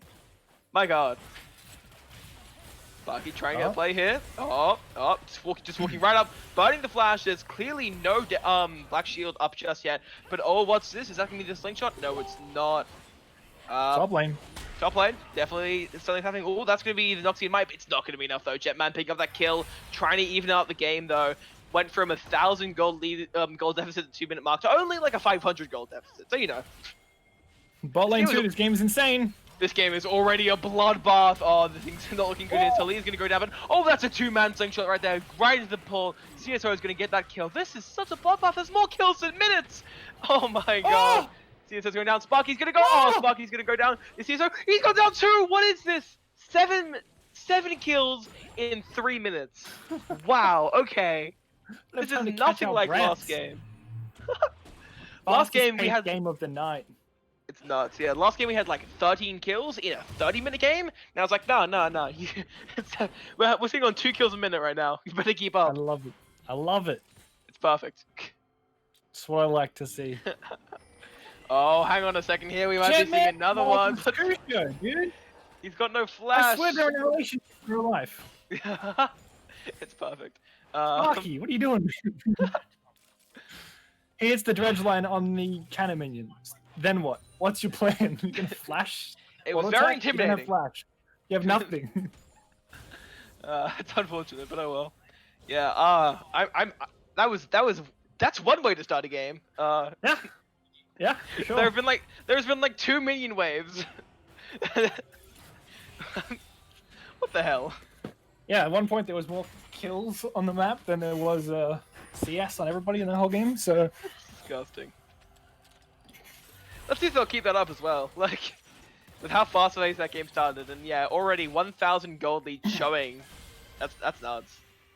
I was saying the prediction for the invade might be based on the fact that Carnivorous Alpha, they probably have like 40 or 50 competitive games together. Probably more than that at this point, as Jetman comes into mid lane. Oh, hang on a second. Jetman's going to get this kill easily. Morgana wants to try to run away there, but no flash means they are gone. That's immediately going to be killed there. However, that dredge line immediately getting black shielded. Is that going to turn into anything just yet? No, it's not. It looks to be a bit of a lull space here as people just pick up CS. It is 4-4. It is a 5-minute game with 8 kills. This is nuts. Oh, there are about to be more though. Jetman's going to be running in there. That's going to be a beautiful route there. Immediately followed up by that follow-up there. Jetman takes a kill. CSO goes down. Zealous is going to be looking in a lot of trouble though. Has the Zac passive, I'm pretty sure, is going to be enough though. Going to get popped. No TPs available to save the day though, which means that Jetman is probably going to take that kill. If Mine Collat does, as Zealous goes down, it is 64, and already in such a short span of time, we see that Carnivorous has recovered completely and gained a lead in this game from that just atrocious start. I love how everyone's first reaction to seeing Zac blobs, when you're in-game, when you're casting, whenever, is who has TP to save this boy? Oh, absolutely. Every time the first response is which TP is up that's going to TP into this fight. But no one goes, oh, Zac's dead. They're like, who has TP? Yeah. Can anyone help this man? Okay, now he's dead. Yeah. It's so unfortunate, but... Even when you know in your brain that anyone who TP's in is just going to die and get Zac killed as well. You gotta try. Okay, yeah. Zac's not going anywhere. He's got 4 blobs on the ground. We can A move. Everyone press tab. Who is going to come show up at this fight? Is it Darius? No. Not that fair anymore and doesn't have TP. Yeah, absolutely. But oh, there's going to be a little bit ganky. Nature's Graph's already going in here, having that level 6 lead. It's going to be enough. Jetman's looking really low though, and Jetman's going to be going down. Shot down here and already. That's a Noxian Guillotine ready to go. Galaxy Bear and Sparky are in there in the tri-rush. Zealous is going to go down. No passive to save him this time. Galaxy Bear taking out Zealous there. Morgana Montrix going to get hit by the dredge line. Things are not looking good. Galaxy Bear is going everywhere, zipping, zapping with a Spirit Rush. Morgana Montrix managing to get away in time, but what's this? Platonic is going to be walking right in. Galaxy Bear flashing away, using that Nimbus Cloak to full effect. I think that was Nimbus Cloak. Sparky's going to be dredge lining. Is it going to be enough? Does he have the pull? No, he doesn't. That is so unfortunate. The Apprehend not going to be going into play right now. Start fighting being hit though. A lot of headshots going down. Collat, the poor man, left alone under tower to a Talia and CSO is so unfortunate. That was almost a 2v1 there, my Morgana one trick. That was so close. The Yeah. Alto the wall by Galaxy Bear, and then the flash into the Baron pit. As there's And- more fighting, it doesn't end. Speaking of over the wall, blast coding right there. Zealous is going to be in a bit of trouble. Can he slingshot back in time? It looks like he can. Meanwhile, in top lane, Okay. Spotify boy gets a Noxian Might. Zealous is going to be running away. Does he have enough of the guillotine? It is not up right now, but it doesn't matter. The bleed should be enough to finish him off. Never mind. Oh, yes, it is. Never. There it is. Kusho going down. Platonic 3-1, but so is Jetman on the enemy team. Kindred and Darius are really coming into play. Zealous is looking for a gang, but doesn't quite get it onto Jetman, not getting that pick. Meanwhile, we have Zenola finally returning to his own lane. Collat is level 6 at this time, but Jetman trying to run away. Can he get out? Yes, he can. CSO and Talia are going to be in a little bit of trouble here. Sparky's got a level deficit. That's going to be the Black Shield being burnt immediately, though, which means CSO's going to be in a lot of trouble there. Dredgeline's going down. Collat's going to be getting picked. Curtain Call's going to be popping any second now. There it is. Talia going to be making those shots. And no, threading that needle. Collat picking up the kill. Now 280 carries on Carnivorous side are 3-1, maybe even 4-1 as Zealous goes down. Nature's Grasp going to be popping off there. Morgana one trick's going to be a lot of trouble. That's an amazing command shockwave, but it's not going to be enough. Galaxy Bear picking up that kill. It is 10-6, 16 kills, 8-minute game, and now an execute from Collat for some reason. Talia's going to be sitting there. Sparky's got the ult. Actually, sorry, Sparky does not have the ult yet. Still level 5. As Jetman's going to be taking that Rift Herald. What is going on in this game? That is a scary Kindred right now, though. 4-1. How many stacks does this woman have? I have no idea, but That's damn, actually not a lot. it's 4 look. is the sweet spot. That's what you want to get to as Kindred. Oh, of course. But wow, I'm astounded by how this game has been going. 16 kills in less than 10 minutes. What is going on? They don't want you to breathe. They just don't want you to breathe. They don't. They decided that if they keep fighting, I will eventually just choke. I think it's hilarious how there's been non-stop fighting and Dragon's been up for 10 minutes. Like, they haven't even been Some fighting games that around are Drake. focused, you can have like a soul taken at 15, and at 10 minutes they're like, "Oh yeah, that's what we're supposed to be fighting over, not wards and just for the hell of it in top lane." There's objectives in this game too. Yeah. Sparky's been walking around top lane going, "Oh wait, yeah, there's a dragon here." Dragons in the game. What the hell? It's I didn't know just so Shyvana nuts. was here. Man, 31,000 gold already has been made in this game. That's just insane. I'm just bewildered at how this game has been going. So there's been Looks a lot like of this one might be- focus onto Yeah. Collat, and Sparky's been running across the map, but Collat's CS is identical to Caitlyn's right now. Huge And- shout out to him. That's That's awesome. He's also sitting on 3 kills. That too. yeah. But But you're ADC. In the early game, all your kills are spoon fed to you. that is true. That is very true. Collat's in here. Oh, very nice grenade there. I love to see that happen. CSO getting chucked out a little bit. That's nasty. Uh-oh. Platonic looks to be getting a nice apprehend on Kusha there. Kusha looks to be in a little bit of trouble. He still has his W though. He trades equally. He trades equally with a Darius who just got 5 stacks on him. I'm so confused. He doesn't even use all of his abilities. That's insane. There's 3 people mid, and Zach coming 2. Rift Here Herald comes there. the Rift He might Herald. be in for another fight over here. Jetman gonna be trying to get a kill onto Zealous. Zealous is gonna be in a lot of trouble. Still has flash though, probably gonna have to use it. That's gonna be the Let's Bounce though. That's gonna be the ball delivery system just not doing it. So unfortunate. Morgana one trick's gonna be in a little bit of trouble, but Zealous is still sitting there, sitting pretty on like 10% HP, but alive, and that's what matters. Oh, hang on a second here. Sparky, ooh, that was a nasty Q. That did so much damage. I think But, the better itemization choice in top lane for the Darius probably should have been Rush Executioners. The reason why Maokai trading even close to even with him is because of the heal back on the minions and just the passive in general in fights. Absolutely, and that's going to be a beautiful dredge lane. Immediately followed up. There's no Black Shield in time. Zealous is going to be coming in though. Charles Ackles is going to be going down, and that's going to be killed. CSO taking out Sparky. Meanwhile, back in top lane, Nature's Grasp is going to be happening, but Platonic goes down to Jetman, a 5-in-1 Kindred on this map, immediately making up for a bit of a misplay in the bot lane. That gank from Zealous really pulled in. Zealous does have the Zac pass if they want to go for this dive, and go for it they will. So what he got rooted, it doesn't matter. He's a Zac. He's got off the top. He's going to be going on. Collat's on a killing spree though. Can he go 2 for 2? That's going to be the passive. Oh, he's insane right now. Galaxy Bear coming in there, trying to take out Talia. That's a double kill for Collat. And wow, they just turn that around. Galaxy's on a killing spree. That is a 3-1 Ari, a 5-2 Jin, a 5-1 Kindred. This game is not looking good for Red side right now. Zach jumped over tower range. Caitlyn's like, oh, cool, Zach's under tower, which means I can go under as well. Caitlyn hits Jin. Tower's like, hi, bonk, bonk, and then Jin picks up on it very intelligently, sees who the tower is hitting, doesn't go for the Zach first, uses damage on the Caitlyn. Caitlyn blows up, and then Zach, he can't finish the job. He has no abilities up. He's just left to his own devices, and down goes Zach as well. Easy Played double so well. kill. Good play by Colat right there. That was fantastic. And yeah, it looks like because of that, I mean, wow, 14-7. Now, it was both teams having combined more kills in minutes. Now it's just Carnivorous having more kills in minutes. This is just a bloodbath of the game. 21 kills, 30 minutes. It's just nuts. Colat is sitting at level 9 while Sparky is level 6. What? I'm so confused. Oh, wait, okay. No one could have predicted Platonic just coming over from the other side of the jungle. That's the wrong side! Was Zealous trying to run it as well. Kusho getting away pretty alright. Oh, deciding to W back in. That was a very interesting play, but it worked. It works really well, actually. Colat sitting on that 4th shot, trying to use it, waiting for the moment. He has the Storm Razor. Interesting he went for Storm Razor and not IE that time. Not straight away. As Jetman sitting there, 5-1, has a warrior, building the phage, got the Kindle gem. It's fantastic. I think it's grouping time for Carnivorous Alpha. They have the numbers, they have the gold. They've got 3k gold lead right now. And Kusho was very scared of that 5-proc Darius, but honestly, he had full health still. He could have kept going in.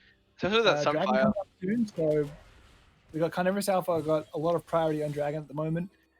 Galaxy there has kills and CS, but hasn't really been the main impact. Jetman's been focusing top lane, and he's been doing really well up there. Oh, never mind. There's a fight going on. Yep, as Zealous is getting caught out here, that's the judge line, and yep, okay, he's gone. There's no revive to save him there. I think the reason, though, that Kusho didn't take that trade is because he knows Drake is coming up, and he's got TP, but Platonic doesn't, so if he keeps that health lead, he can really make a difference in this oncoming team fight. So Colat's been bot all game against Caitlyn Morgana, solo. That's And why he's been popping Sparky's so low on levels. Sparky's been running on the map helping his team. He's been working out for him. Yeah. Colat, if he gets hit by one binding during the early game, he's dead. There's nothing you can do about that. There's just too much damage, too much follow-up CC. If you get hit by the binding, you die. He not only doesn't get hit by any bindings, but he keeps CS even against Caitlyn, a lane bully, in a 2v1 lane, while the rest of his team gets pressure on the map. Honestly, if we're going to pick MVPs, I'm calling Colat for MVP this game. Oh, absolutely. He's really been popping off. I mean, look, playing into a Caitlyn is mean. Playing into a Morgana is mean. Playing into a Caitlyn Morgana is mean. Playing into a Caitlyn Morgana with no support to help you is just lethal, and he's been popping off. Speaking of popping off, that's going to be the curtain call popping off right there. Trying to get those fighters. The slow, unfortunately, has no effects, but Sparky taking the kill with the depth charge, knowing that there was no escape from it. Sure, here she had the Black Shield. Sure, she wasn't going to get CC, but you can't Black Shield death, unfortunately. We said it would be all down to execution. The play at the top for the invade was very cute. Darius has been doing his best, but the execution around the entire map, it's just always been going the favor of Carnivorous Alpha. They've just been playing this so well. Yeah, and look, we're sitting in a game state right now where Carnivorous has 6,000 gold up, 3 towers up, and it's just not looking good. They can group now as much as they want and not even have to worry about losing objectives because none are up right now, none are available for them to take. And as a result, they can really start putting the pressure on the map. Colat is pinging Herald. He wants to go and grab that right now as Jetman is backing. This is when you time your backs around the objectives. It's Jetman's backing right now, but look, with 4 people up there, that's a 4v4 right now because CSO is not yet there, which means that they can this gives time for the fight to go down there. Zealous running in, a little bit of a miscoordinated play there. The Apprehend just yanking away the Zealous Q, unfortunately. as Photonics will be walking right through the Nature's grasp right there, running straight in with the Ghost, so ready for this, but unfortunately he's going to get chunked out right there. Ball delivery system coming online, he's going to get the Q though. Galaxy Bear is on the rampage, taking him out. Noxie Mine doing so much damage, but what's this? Kusho is running into the backlines. They were all so low, and Galaxy Bear is determined to press that advantage. Colette's down, Sparky's down, Platonic is down, but is that going to matter? Kusho is just popping off right there, and popped he just is. Morgana taking him out. Morgana's on 1 HP though, as Talia getting that Q, and things are not looking good. Jetman was on a rampage and then immediately got shot down. Zealous is sitting there. Galaxy is trying to make something happen here, but with against a Morgana and a Talia, Morgana and a Zac, there's no Talia in this game. I think it's going to happen. Oh, that's a slingshot. It's over. She is gone. Wait, never mind. Jin's back with the curtain call. Zealous is going to have to run away there. Sparky is going to be giving chase. They're trying to maybe even get a dredge line. Never mind, gifts up, decided to pop the oracles into clean vision. That was a bit of a nuts fight. Yeah, and all of that was definitely 100% in Red Team's favor. And the reason being was Jetman's backing, and the rest of the team was acting as if Jetman was there. Jin did ping the Herald. Everyone's like, okay, we need to go to Herald. Jetman's not there. 4v5, Jin face checks a bush to get a ward down, and Zac's like, hello, how's it going? Yeah. You're a fed Jin, and you want to sit in the back line and be really fast and just hit a bunch of times. You get 2 auto attacks off this fight, and that's it. You're going. Yeah, it's so unfortunate, but look, it was absolutely the right play by TT right here. I'm pretty sure that's the name. This is gonna be nasty. That Black Shield is too little, too late. As Talia is gonna be getting gunned down here, and yep, Collat really pushing it up. This Morgana has had to just run back here. Half HP. That Rift Herald is going to be theirs in the top side of the map. Yeah, that's right. And with 30 seconds to spare, by the way. It's really, really scary that Jetman wasn't there and Jin died and they still almost won the fight. Think about that. That's how ahead they are. Their main carry died, their most fed person on the team wasn't there, and they still almost won. Yeah, that's terrifying to think of. In this dragon fight coming up, if the 5-man team of Canaris Alpha is there and coordinated, it is going to be terrifying. Absolutely, and I've actually got a question to ask. We've seen that Nautilus right here picked up the Gargoyle Stone Plate. What do you think about that? Yep, that's the way to go. You run in, you Stone Plate, you run out. Yeah, I mean, totally. I don't play much Nautilus, so I'm not entirely sure, but I mean, if you said it works. Speaking of working right now, that Apprehend is definitely going to work. Gargoyle's going to be popped, but it's not going to be enough as Noxie and Guillotine does true damage, and it's going to do a lot of it as well. And he popped it so late too. He popped it only for that Noxie and Guillotine, which is true damage. If he had popped it earlier and not been low enough for the Guillotine to actually kill him, he might have survived. Yeah, absolutely. And meanwhile, though, this Mountain Drake could potentially be huge no matter who it goes on, because we both have 2 bulky frontline tanks in the form of Zac and Maokai, and even secondary frontliner in the form of Darius. So this is going to be interesting, seeing who gets this. And yep, never mind, TT grabs it, which means Zealous getting a mountain, more resistances, nice. Darius getting a mountain, more resistances, fantastic. Why? Why is Jetman Tryndamere? He's just putting, and I mean, that's why, apparently Rift Herald's why. Forcing them down there, trying to pick off Platonic, can he 1v1 that? No, there's no way he can. Platonic is gonna die. Doesn't need to, because yeah, Platonic goes down, and that's gonna be towers being taken, and top side of the map. With the Rift Herald, Jetman's play might actually turn into something useful. Yeah, absolutely. They're really capitalizing on it. That's 5 people up there, and unfortunately, there are only 4 people alive to respond to it. But that was a beautiful knock-up. This is insane. That's so much DC going down. That's an incredible ball. But the Lazarus fight is enough to turn that fight. As we said earlier, perfect execution right there. And execution is what we just witnessed. Talia going down, and so is Morgana One Trick. Trying to flee. CSO gets rude. That's going to be the curtain call. Down they go. Morgana One Trick getting picked off by this Jin. Lining up the 4th shot. Unfortunately not. Sparky's gonna go for the dredge line, unfortunately misses, but that's fine. That's gonna be Inhibitor, Jetman, and Callout as well. Callout's got full HP and is so ready to keep fighting. Platonic's got in though, he's almost got flash. He's gonna get the Apprehend on Sparky, he's gonna try to build up those stacks with Noxie and damage. That's gonna be the Guillotine. Is it gonna be enough though? Yes it is, he's gonna be able to pick up a kill. He's got the Q, he doesn't have the flash just yet, he's so close! Unfortunately, not close enough. That's always how that fight was gonna go. If he didn't land the the E hook there onto one of the carries, he was going to die. Doesn't matter if you kill the support, you're not going to catch the call out boy running as fast as he can with those speedy items and the extra slows. Even red buff as well. He will kite you forever. You will not catch him, and that's just the way it was going to go down if you didn't hit that. What's it called again? The E? Apprehend. Apprehend. It's on the tip of my tongue. But look, we're in a really interesting game today because that inhibitor is going to be it's a bit of a give and a take because it's great because it's always putting pressure on the map, but it is because we are before that kind of half-hour mark. It's a steady stream of super minions, which means it's a steady stream of cannon minions, which means it's more gold for CSO to pick up and try to get back into the game. Honestly, I think that fight went the way of TTG, if I'm honest with you. They lost their top laner, 4v5, and they almost won the fight. 2 people remained. They lost an inhib, but that was always going to happen after they lost the top laner with a Herald top lane. When you're this far down, that fight should not have gone as well as it did for TTG. I think there was some misplays there by kind of Resalva. Yeah, it's interesting how I was saying because again that 4-tower lead is really hard to bring back, but and especially with Kindred now, Jetman just buying that bulk, that's gonna be huge. Later Rune King could be melting through Zac, especially because Zac hasn't picked up any armor yet, so this is gonna be incredible. Yeah, the passive on her E as well is just going to start chunking. It's going to do like 1,000 damage at this point to Zac. Absolutely, but Zac, Zealous hit, sitting in that bush. They know, right?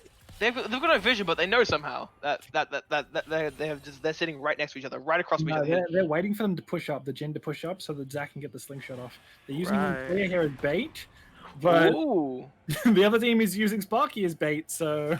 Yeah. And the bait was taken, and the slingshot misses. Alright. No, I'm glad it did, because that would have been not a good fight for them. Sparky it would have not been wiggling his booty on purpose for someone to go in on him. Oh, Jin's out of position? Okay. The team was not there at all to back him up. It's just the support. So we don't want to jump into a Kindred when you're this squishy as Zac with no follow-up. That is the bad idea. Absolutely. And I mean, look, Zealous here is trying to make the most of what he can. He's got the Warmogs and he's got a Cinderhawk, so he's sitting on a clean 3,000 HP.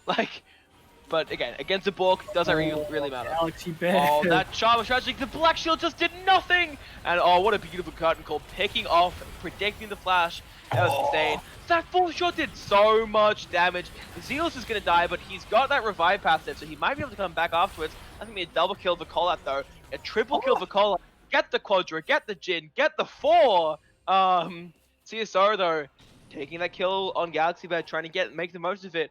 Things are not looking good for TT though. Platonic and CSO are the last bastions here as we have 4 people bearing down that top side of the map. They've got a super wave, they're ready to take their Nexus towers and maybe even the Nexus. CSO and Platonic have full health, but is it even going to matter? Platonic running in, that's a beautiful 2-man apprehend, but Collat still had flash, gonna get away there. Jetman's just focusing down those towers.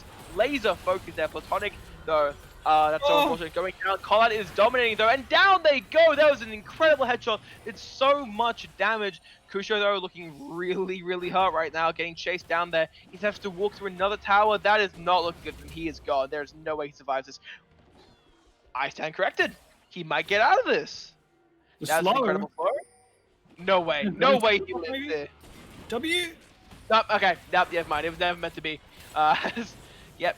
Alright, CSO picking up that kill. They donated it as well. Zealous and Talia just stood by. But they might get that second mountain here, which is fantastic if, Zac is building resistances. But trading it for Baron? Can they even get Baron? Oh, Galaxy Bear shows up. It's going to be close. Did Galaxy Bear just ult in? Yeah, he did. He's using everything. Please, let us kill this. Yeah, however, we do see the Ori walking up, and they have the speed there in the form of the W, so never mind, that's going to be Baron. Alright, trading, how do you feel about that, trading Mountain for Baron? That was what we call the OCE overstay. They got the tower, and they kept going, ignoring the fact that there's a big fat Caitlyn shooting headshots at all your teammates. Yeah. Just popping off, killing everyone there. The Orianna ulted herself, top-hatted, but didn't flash in, forgot the part about the flash. That was unfortunate, but they ended up winning the fight. The 100% overstay by kind of Resalva. I was going to say, while you were play-by-playing, that the safe play would be to go to Baron instead. and that this is kind of risky, and then they just flopped. They gave over the dragon. They didn't win the game. They do get the Baron off the end of it, which honestly I think if TT had have gone to Baron instead of Dragon, that probably would have been the better idea because they had the numbers, they had the pressure. They did, yeah. It killed a bunch of people. It was Dragon out of it, but And also, just want to point out, Crucio leading the bot side, that was a really good play by him. He could have tried to run through the mid lane, but instead he realized that they were going for the Baron play. They probably told him over comms, and said, right, I'll lead them on the Goose Chase bot side, I'll lead them to Dragon, and sure, they'll take it, but that Baron is so much more worth it for us. yeah. Also, I'm a little bit disappointed in... Oh, yeah, hang on. Jetman looks to be in a little bit of trouble. Has Salam's Respite, though, but... and in exchange, they're taking towers everywhere. But, I'm a little bit disappointed that it's taking Zealous so long to build these resistances when he has 2 Mountain Drakes. I mean, like, come on, guys. Seriously. Good man, Jetman is. Oh, hang on a second there. There goes Sparky. Platonic is going to take that kill. That's going to be a beautiful slingshot. Is it going to be enough, though? Can he close that gap? No, he can't. Oh my god, Jetman's just keep pushing. He's just going to keep pushing. That's the Inhibicon. They just got it back, Jetman. What? No, that's not nice. You can't do that. Might actually die here, though. Nah, he's alright. Oh, queued the wrong way. That's stretching. That's the Lamb's Respite, though. Oh, he Is it does gonna be so much damage. He does, and look, he's gonna get shot down, but he isn't gonna go out. He's not gonna go out without fighting. As Batonic is gonna looking in trouble. There goes the tower. All of a sudden, he's just lost his only layer of protection.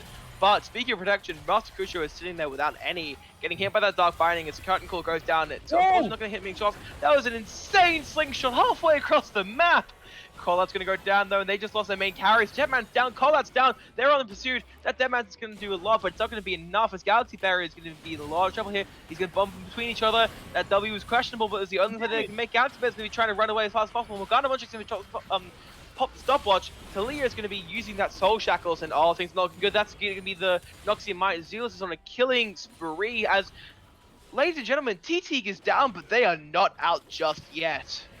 Maokai almost killing the backline by himself. He's turning into Darius. He's taking the roll away from Platonic.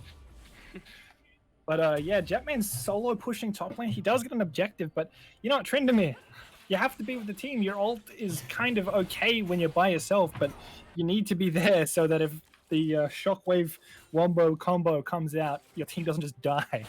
It almost happened in mid lane. They tried to collapse, but then good rotations out of Canavras Alpha, they went down to the bot lane, but it almost was disastrous. They got the inhib out of it.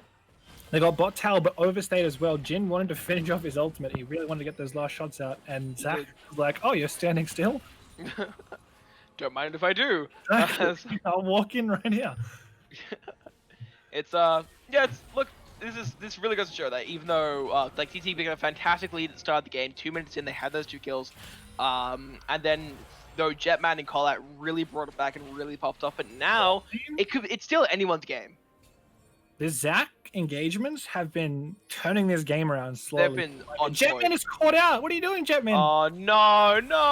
Oh, hang on. Oh, Galaxy Bear, Galaxy Bear. Let's see the counter collapse right now. Morgana Montrix will be running in there, and oh, he is going to be going down, missing the ult entirely. That's so unfortunate. Galaxy Bear using his Spirit Rush to close that gap. Jetman pick up another kill into CSO. Talia is going to be running back, so missing the Dark Binding. That is so unfortunate. That's going to be the Lamb's Rest right though, just saving that Talia's life right though. As Zealous going to be running in, getting slingshot, getting cancelled though. Jetman picking up a double kill though. Things are not looking good for TT right now. That's right, Platonic is getting Rishos. That's going to be a triple kill for Jetman. That's going to be a quadra kill for Jetman. As, ladies and gentlemen, that is going to be game right there. They're going to be running in the redemption, the last ditch effort to clear the wave. And unfortunately, it's just not going to come to fruition. That's the second next tower gone. No one is up. The next person's going to be up in 15. That is going to be Carnivorous advancing into the finals. Zach is too fast with his jumps across the universe. Your team is trying to keep up with you, dude, but I'm a Caitlyn. I'm just waddling over. Oh no, Ari's behind me, the little fox. And Caitlyn is dead.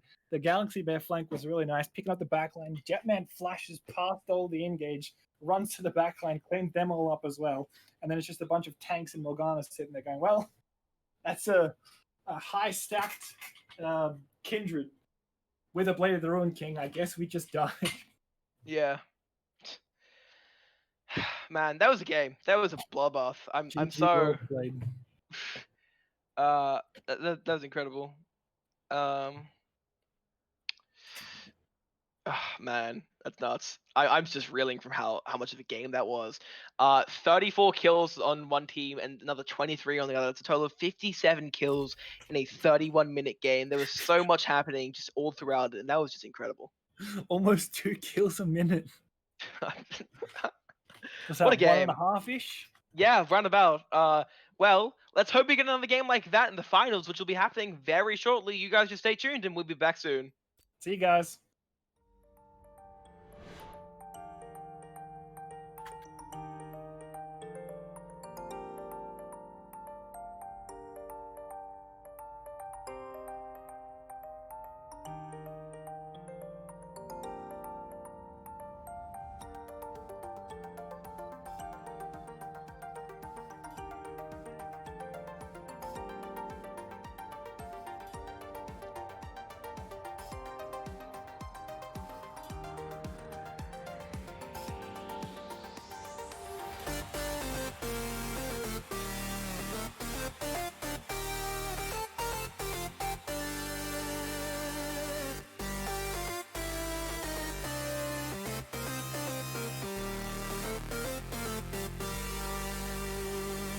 We don't care what they say, we will be here all day. We'll stay here till it's over. Till the world's out of sight, we will stand, we will fight. It's not over till it's over.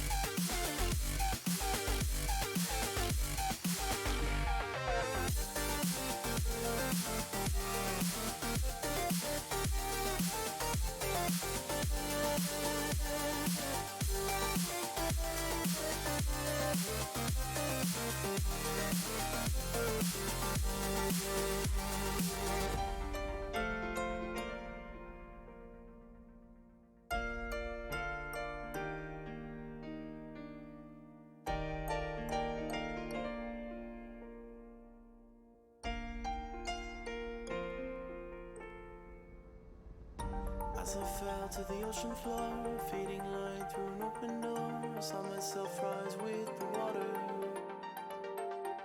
And they thought they could keep me down, hold their breath and watch me drown, but all they did was push me higher. We don't care what they say, we will be here all day. We'll stay until it's over, till the world's out of sight. We will stand, we will fight. It's not over till it's over.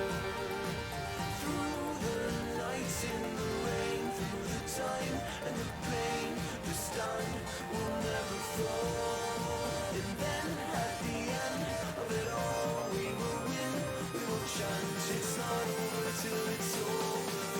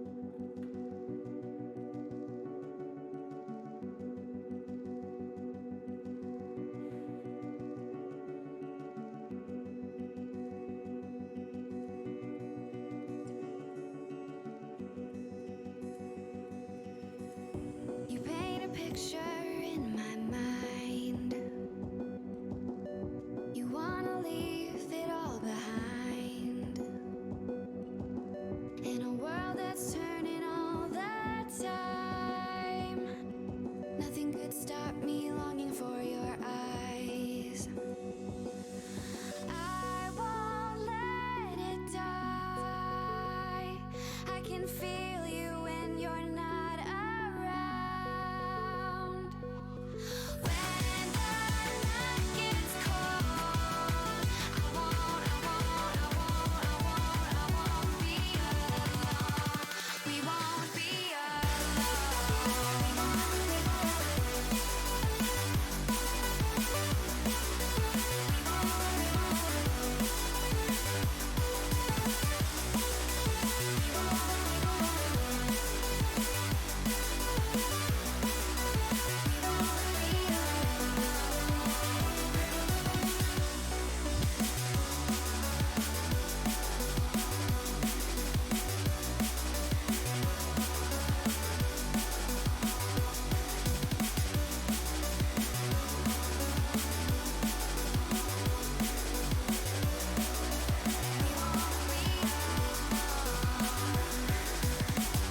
This lake of fire burns my skin.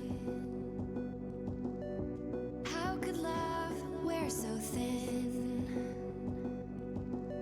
I'm sinking in the hollow ground. Nothing can stop me wanting you somehow.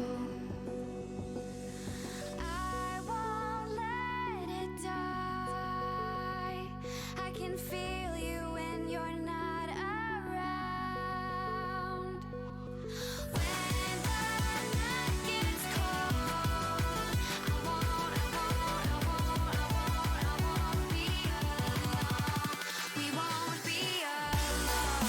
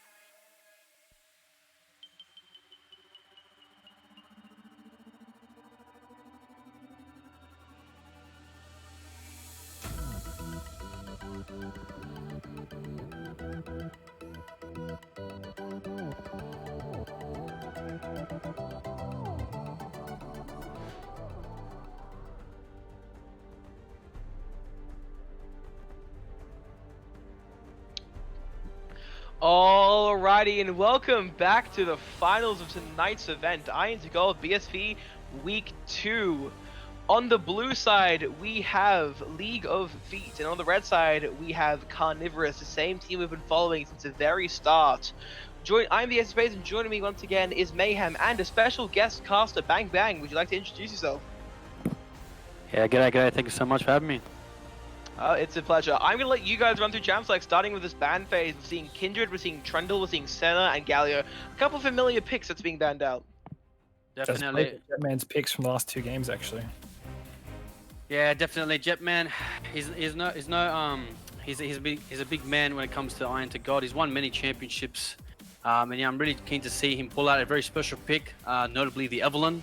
But I don't know if he'll be bringing out that spicy pick today.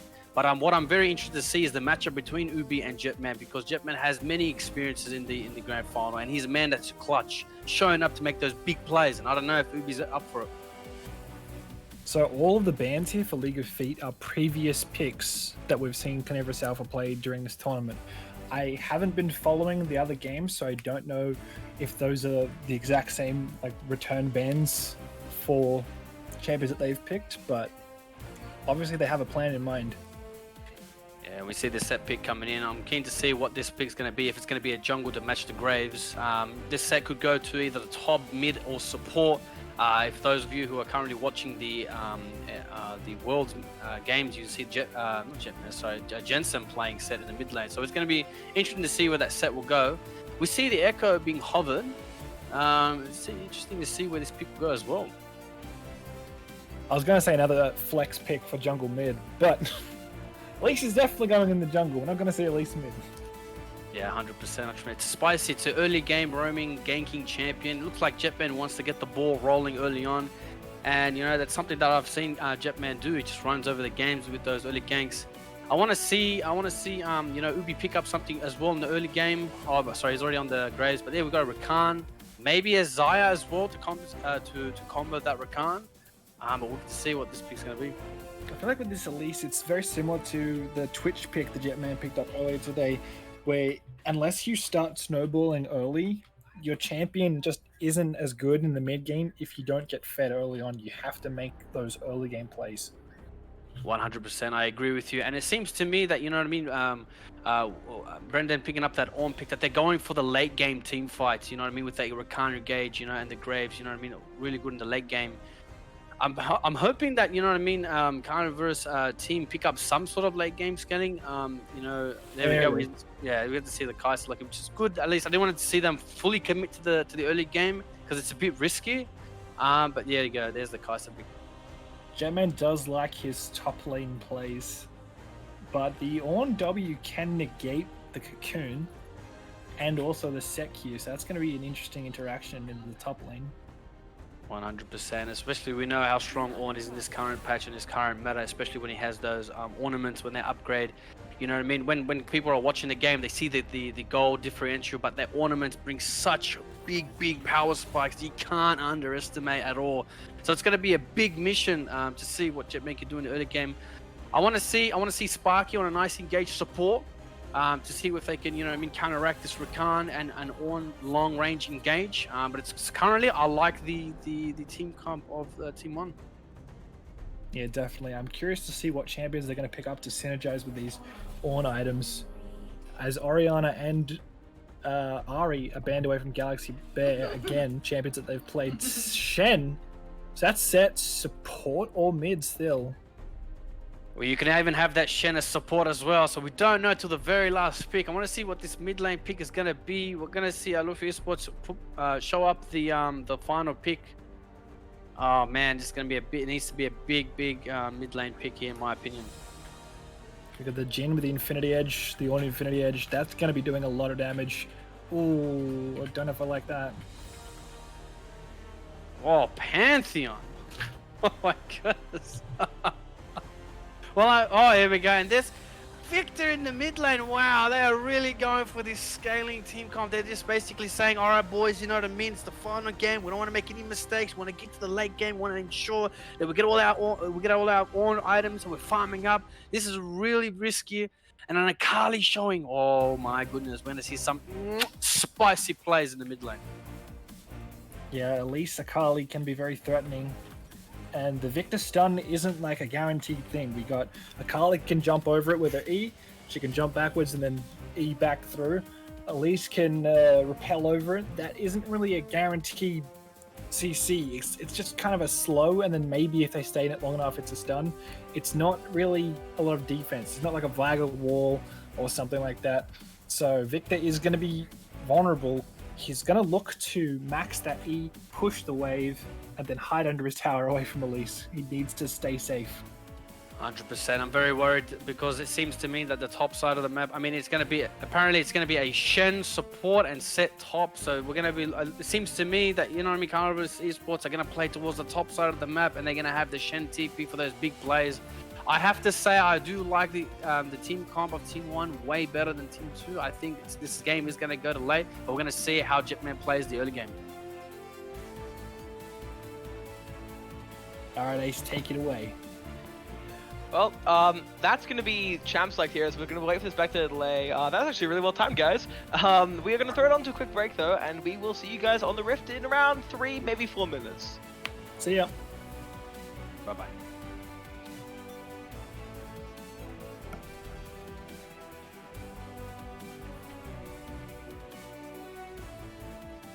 Are we going to speak now? Yeah.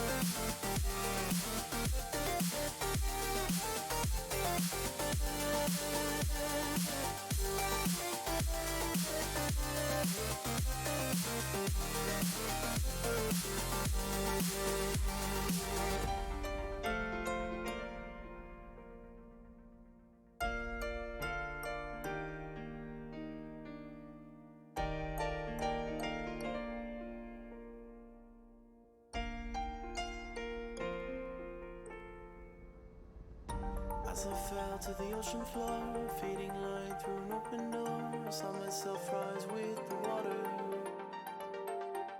They thought they could keep me down, hold their breath and watch me drown, but all they did was push me higher. We don't care what they say, we will be here all day. We'll stay until it's over, till the world's out of sight. We will stand, we will fight. It's not over till it's over. Through the nights in the rain, through the time and the pain, the stand will never fall.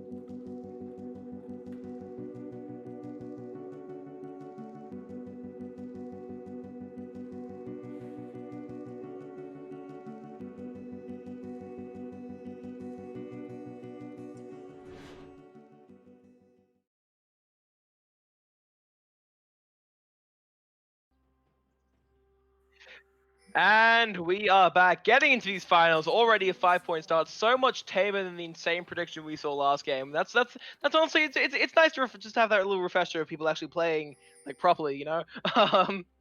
Well, Mayhem, as we're starting this game off, let's talk about runes and buys. What are you thinking here? Because I see something that's a little bit strange, and it might just be my silver brain not just knowing how to cope with it. But what do you think about the phase rush on Graves? It's your silver brain. It's meta. Everyone takes it on Graves. Okay, that's it. If I you did don't not- take it on Graves, you're trolling. Good to know. Well, it's a good thing I didn't play Graves or jungle then. Damn, yeah. I'm so Wow, hyped for why this. is that? Speedy boy. Basically, phase rush is just one of the strongest things in the game right now, as we can see Victor Yeah? taking it as well. All right, well, It's a really safe way of playing because Mm. Graves kind of wants to scale, and so does Victor. Oh. It's kind of like if you're worried about losing, you take phase rush and you run away really fast, and no one can catch you. You just go zoom zoom. It's a really safe way of playing mid lane, and just on Graves, it's just the normal thing as well. Some people take it on Hecarim. Hecarim is really great with it if you're versing like a Kha'Zix that you can't fight. He comes into your jungle, you press Q a couple times, and you run away, and he can't catch you, and you're safe. Yeah. And just go gank someone. Makes sense, absolutely. We're in an interesting game state right now, where everyone's just actually chilling out. No one's actually hard pushing anywhere. Top lane, there's a little bit of some trades going on, but look, it's a Shen or nothing much is gonna happen there for a little while. I guess it feels like everyone's just waiting for their junglers to come up and start making some plays, and at least invading that blue buff. How do you feel about that? They call him Vertical Jetman. He's going to take the top side and going to look for a gank in the mid lane as well. He might just go. He's going to 3-buff him, and I'm interested to see what kind of importance he's going to put on these Scuttle Crabs as well, because people underestimate how important they are, but it shuts down a whole part of the lane, gets you to whatever lane faster. It's super important. It's fantastic. Huge play from Jetman, stepping up in the grand final. This is what you want to see from your jungler, stepping up and making them plays. Huge Damn play. right. With Sparky, by the way, also stepping up here, maybe going for face. Meanwhile, back to top lane, Trixie and Kusho are really just hammering it out on each other. That's a great grand entrance, just stepping back. A little bit of trade, nice to see. Whitey boys using that full shot on a minion, nice. Ooh, Ubi's gonna be here. Look at Jetman. that. Jetman! That's a brilliant cocoon there. Ubi's gonna have to flash away. The face breaker's gonna go in anyway. That's gonna be first blood going to Jetman. And hang on, topside here. Trixie in a lot of trouble. That's gonna be the W. Is it gonna be enough? No, it's not. Kusho backs away. So does Trixie. 2 flashes burnt. Sorry, 1 flash burnt. Trixie sitting there, still with someone who's still ready to go and dropping the recall. And Both of them have Jetman, TP. oh my god, with the plays. We talked about this man stepping up in the grand final, and he has produced first blood. Oh, here we go. Incredible. That's a great ground entrance. Immediately followed up by the Jin W, getting the root. Sparky using the haymaker. In the mid lane. Yep. Brayden's not looking good right now. Jetman's gonna get that brilliant cocoon off, and there he goes. He is 2 for 0 right now, just picking people off in the map. It's been fantastic. He does it again. He He's does done it it again. again. The man went bar, went mid. It's just kills everywhere. Absolutely. And as we've already seen, clean 1,000 gold lead right now. Jetman really creating all of that. Gonna be real with you. Seriously popping off in this grand final. He did not come to play around. He came to get this W and just move on. Now, Ubi and Jetman are friends, so I don't know whether it was a prediction on Ubi. I was about to give him praise because Ooh, what a phase breaker there. he cleared the bot lane. Yep, UIT boys gonna go. ignited. Just Seiko going down. Really close by UIT boys also going down there, but the heal was just enough to save him. Collat sitting on 10% HP, not a care in the world. I mean, what are they going to do? Stop him? Sparky's there, Jetman's in the bot side. He'll be fine. What I was going to say is Ubi clears his bot lane completely, goes red, Raptors, and then to Krugs, and he walks to bot lane. I was thinking it's kind of weird because the lane was pushed and you're Graves, so you don't really have much gank potential, but he meets Jetman in the river. So I'm pretty sure that was supposed to be a counter gank on his part, knowing how aggressive Jetman would have to be playing this Elise, and he just gets picked out, and the bot lane of Carnivorous Alpha rotates first, and that's the way that goes. Absolutely. That Mountain Drake being taken by Red Side, though, that's going to be very helpful for them, especially on the Shen. It's going to be really nice on the set as well. So getting those resistances is going to be great. Meanwhile, top lane, Kusho is trading really well. That Q does so much damage in taunt. However, Trixie's going to try to take it back. Doesn't exactly have the mana to do so. which is unfortunate. Trixie might actually have to look to recall here because completely tapped out of mana. Yeah, and you can see the communication differences in these teams. The reason why they got Dragon was based on the Shin? bot lane roaming first. No way Kusho gets this. Nah, didn't happen. Trixie's up Bot flash. lane roamed first, and then Yeah. bot lane roamed to Dragon, and they used the advantage that Jetman got from the bot gank and then the mid gank. Victor is too scared to go anywhere. He just wants to push the wave. He's not going to come down. Their bot lane rotated to Dragon first, and there was just a clean Dragon. There was not much anyone could do. Ubi's behind because he died. He's just farming up, and we have a fight in mid lane. That's a perfect execution going down, just waiting for that stun field to go. Still has the execute ready, just keep proccing those Panthers, getting it there. Can he finish him off? That's going to be the hex score though. It looks like Raiden's going to get away just barely. Ubi, the only reason why Raiden's life was Ubi stepped up and said, oh yeah, you want to keep taking this fight? I'm here, I'm ready. Good play by Ubi. He needed this, Ubi. Good play by him, good play. Absolutely. As Jetman Collat... invade. Oh, hang on, yeah, Jetman's just stepping up right here, ready. He knows where Ubi is. He's saying, no, this is my wolf. This is my wolf. You can leave. Trixie's though, unfortunately missing the E. He's never been able to get that W proc. It's so annoying. So unfortunate. Kusho is just too mobile and too tricky to pin down and get hit by that W. Yeah, Ubi needed to make that play. It was starting to look a bit of a jungle diff, but you know what I mean? He's showing some signs of life in this game. I want to see him make more of those plays. Yep. Yeah, good defense on the mid lane. He needs to keep doing that. He needs to try just pick up what Jetman managed to is putting down here, and a little bit of pressure down here. That misface is going to be unfortunate. That Grand Edge is going to be huge, so the Haymaker does so much damage. He's running in though, trying to get the pick off here, and that's incredible. Whitey Boy's picking off on Sparky. That is a 1-0 Jid now, potentially going to bring us back the first kill of the game for League of Feet.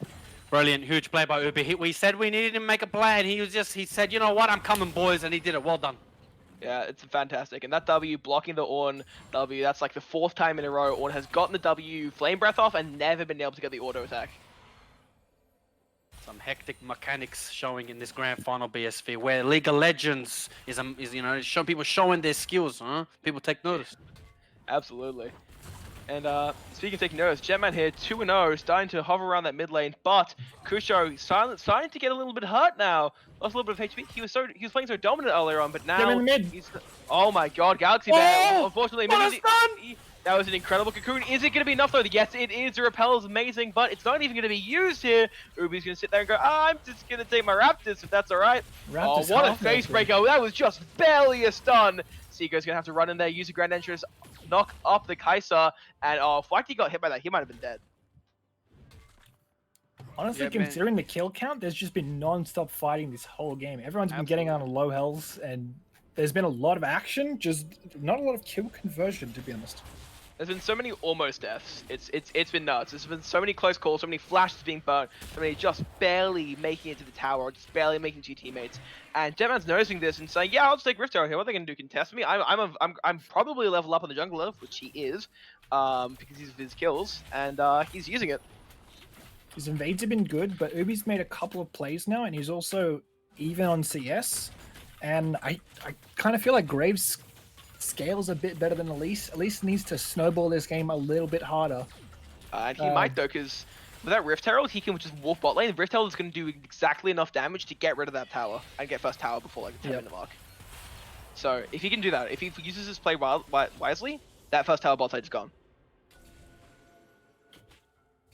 We have a CS discrepancy in mid lane again. Victor, again, his W. He's been trying to stay alive with his W, but he doesn't do enough. It's just kind of an obnoxious thing to wait for, and then Akali goes back in and you die. Yeah, Sparky's still leveled down on them, not anticipating the recount do that. Oh, unfortunately, the mist on the W is great, but the Haymaker, there's the Killer Instinct, but Ubi is here and ready to play. Sparky's gonna be trying to flash in there. He's still not level 6, so he can't make this play. He can't afford to. Ubi's gonna be running in. That's a brilliant route though, and a great stun. However, Sparky's gonna go down. Ubi's gonna get that kill. Jetman's trying to run away there. He's never mind. He's going back in. That's the repel. Just barely dodging the Grand Entrance and trying to get out of there. The curtain call 4 shots is going to hit, but Galaxy Bear is finally closing the gap. Meanwhile, back in top lane, Trixie and Kusho are trading out. That's a brilliant knock-up. Are we going to see the call of the 4 shot? No, we're not. It's already on cooldown. My bad. Jetman's going to stop watch. He's still alive. He flashes away. Can he live there? Jetman takes that kill. There's no way he gets it alive. Galaxy Bear popping Ubi. my God. Top lane, Trixie gets Kusho. This is insane. Galaxy Bear, perfect execution. Staying alive, picking up that double kill. This is happening everywhere. We're just zipping back and forth, bot lane and top lane, until finally 4 people dead on the red side, 1 person dead on the blue side. Sorry, other way around. Completely swapped those. But oh my God! Is this the LPL? It's just fight after fight, fight after fight. It's getting crazy. And there's no Galaxy tower Bear going anymore there. again. Rift Tower takes it. Oh, hang on though. Brayden getting that incredible stun. Is it going to be enough? Yes, it is. Seiko getting the grand entrance, just barely pulling it off. But there's another Rift Tower bearing down on that bot side tier 2. Top Are they lane going to as commit to well. it? No, they are not. Meanwhile, on top lane, Sparky's going to be chasing down Trixie, trying to get the face break. He's in range for it. And oh no, that's the wrong way. That's the grand final nervousness. You know what I mean? That's what happens when people gonna make these plays. Sometimes the chills come in. I want to see Sparky make some better plays. Absolutely, The Sparky's fights happening gonna... around bot lane are really useful for Carnivorous Alpha as well. They got the dragon up and available, and they already have the Rift Herald, so they get free bot tower as well as free dragon. So not only did they make really good plays and win the fight, they got the gold from the fight, they got the gold from the tower, and they also got the Cloud Dragon as well, opening up the map now. And Ocean Soul is going to be on the menu for Carnivorous Alpha in the future. It's look, actually getting Ocean Soul. How do you guys feel about that? Who do you think would kind of benefit more of that if either team could get it? Ornn's team. They want to scale. They want to get their items up. Oh no, this is not looking good for Trixie. They have everyone there. 3 people top lane. Killer Instinct is ready, but he's not going to use it just yet. Call out pushing that wave. They've swapped lanes. That's a really good play for them to make. Now it's a 2v1 in top lane. They're trying to get that tower as fast as possible. And as a result, Kusho gets to just sit back bot side and defend that really easily. It's so huge. Hang on. Oh, here we go. Oh, that's going to be the showstopper, but it's not going to be enough. Ubi's going to be coming right back in there, and that's what there's going to be the call of Portugal. Trixie's got no health, though. He's going to land it, but he's not going to commit to it. Ubi's not about that life, dude. No. He wasn't ready to fight that Kai'Sa yet. Ubi showing up to hold the only lane that has solo killed the enemy laner, and it is huge. Trixie showing up in the grand final. Absolutely, and Ubi taking that ground, but Sparky's just moving around there, really being oppressive to that jungle, recognizing, oh yeah, there's a move off there, okay, I'll just get rid of the wards here. Ubi, stuck under that tower. Red buff, though. Yeah, ooh. Oh, reset. It resets, unfortunate.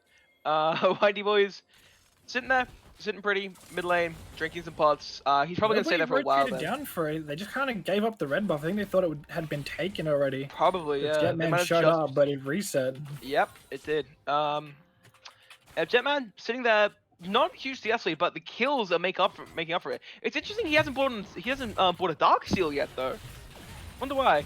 Oh, Seiko's busy top lane, Trixie busy bot lane. There's going to be a lot of trouble, a lot of collapses going on here. Jetman's going to be using the repel here to sort Tower go when he needs to. It's going so well. Trixie goes down. Kusho gets the kill. Colat's going to be gunned down by the Cotton Call. Things aren't looking good. That's going to be the...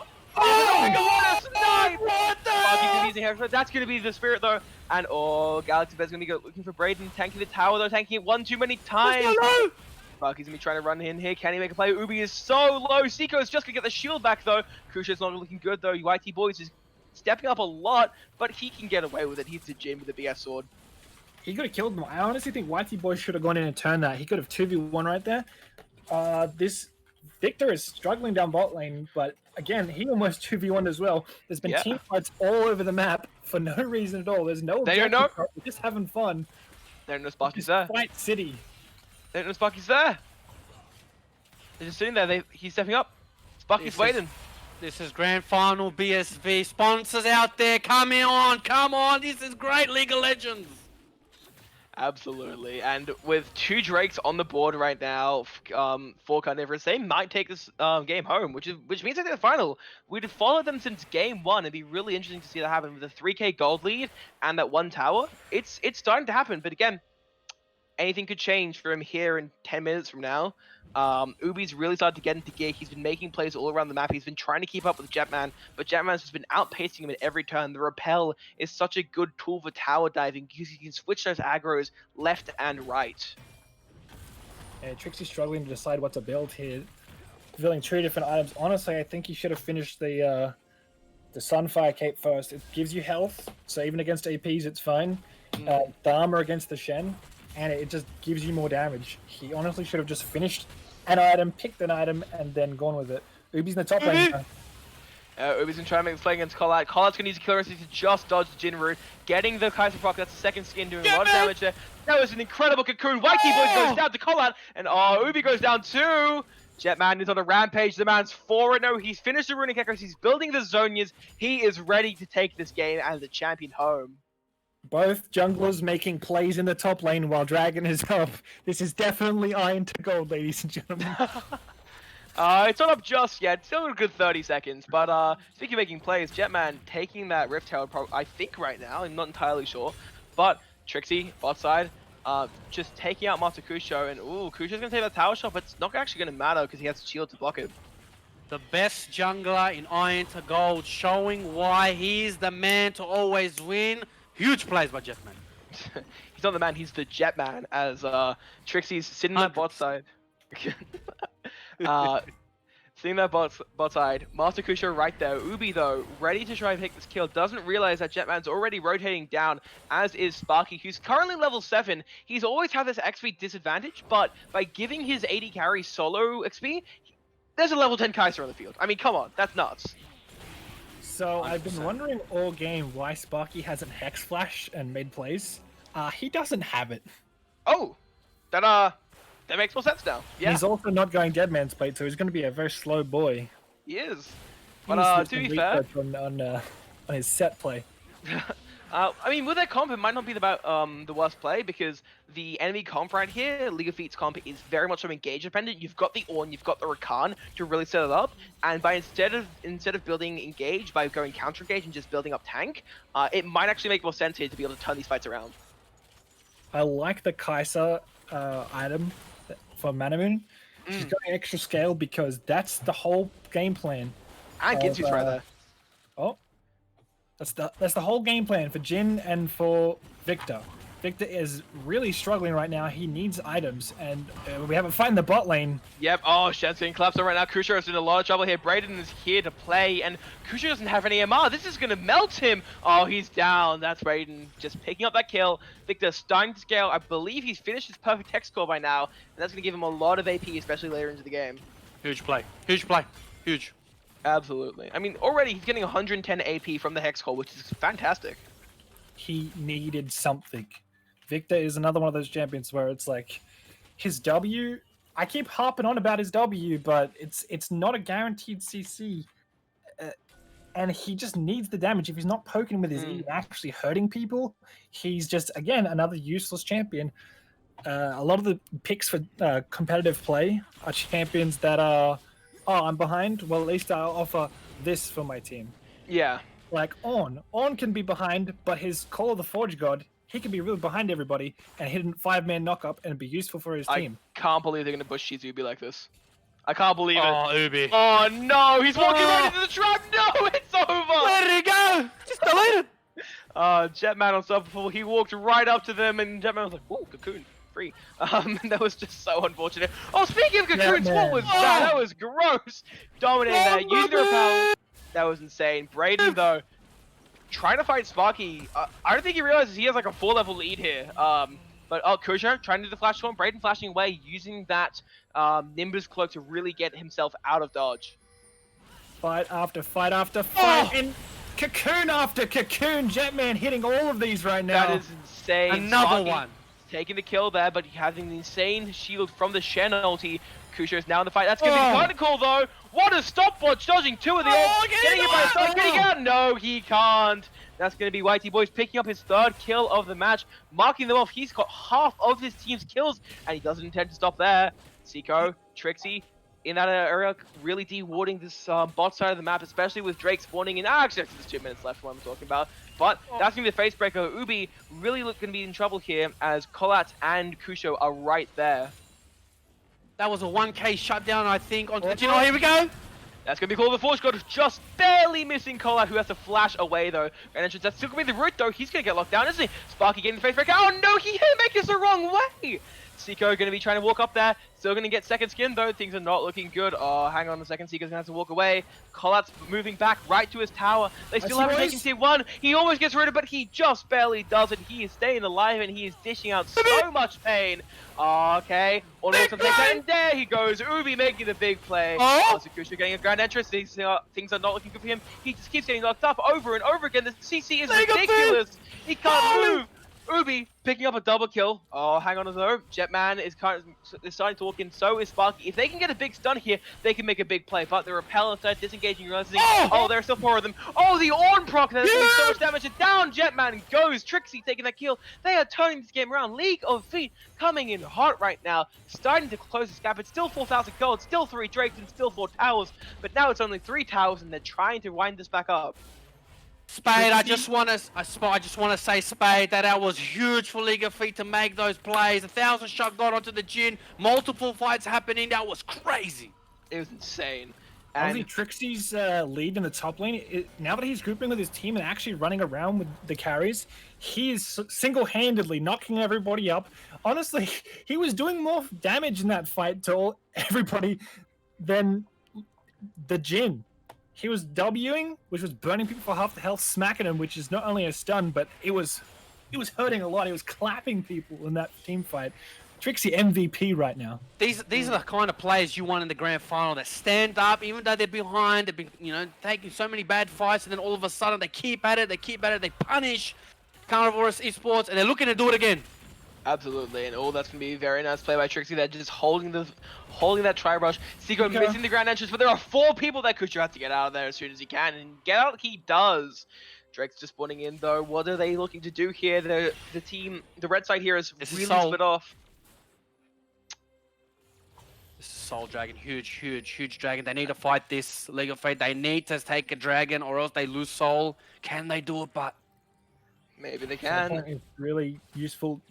Worst case scenario, Graves can jump the wall, smite steal, and then ult back over. There is that option. Definitely. Oh, here we go!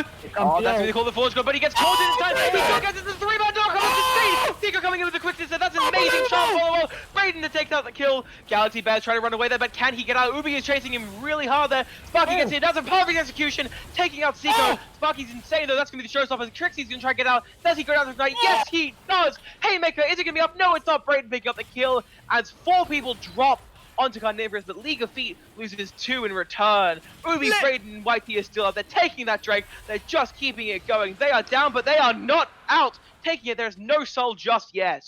League of Feet saying to Carnivorous Esports, stop right there. This is our dragon. Get out of there. 3-man knockoff from Trixie. Hype plays from him. Let's go.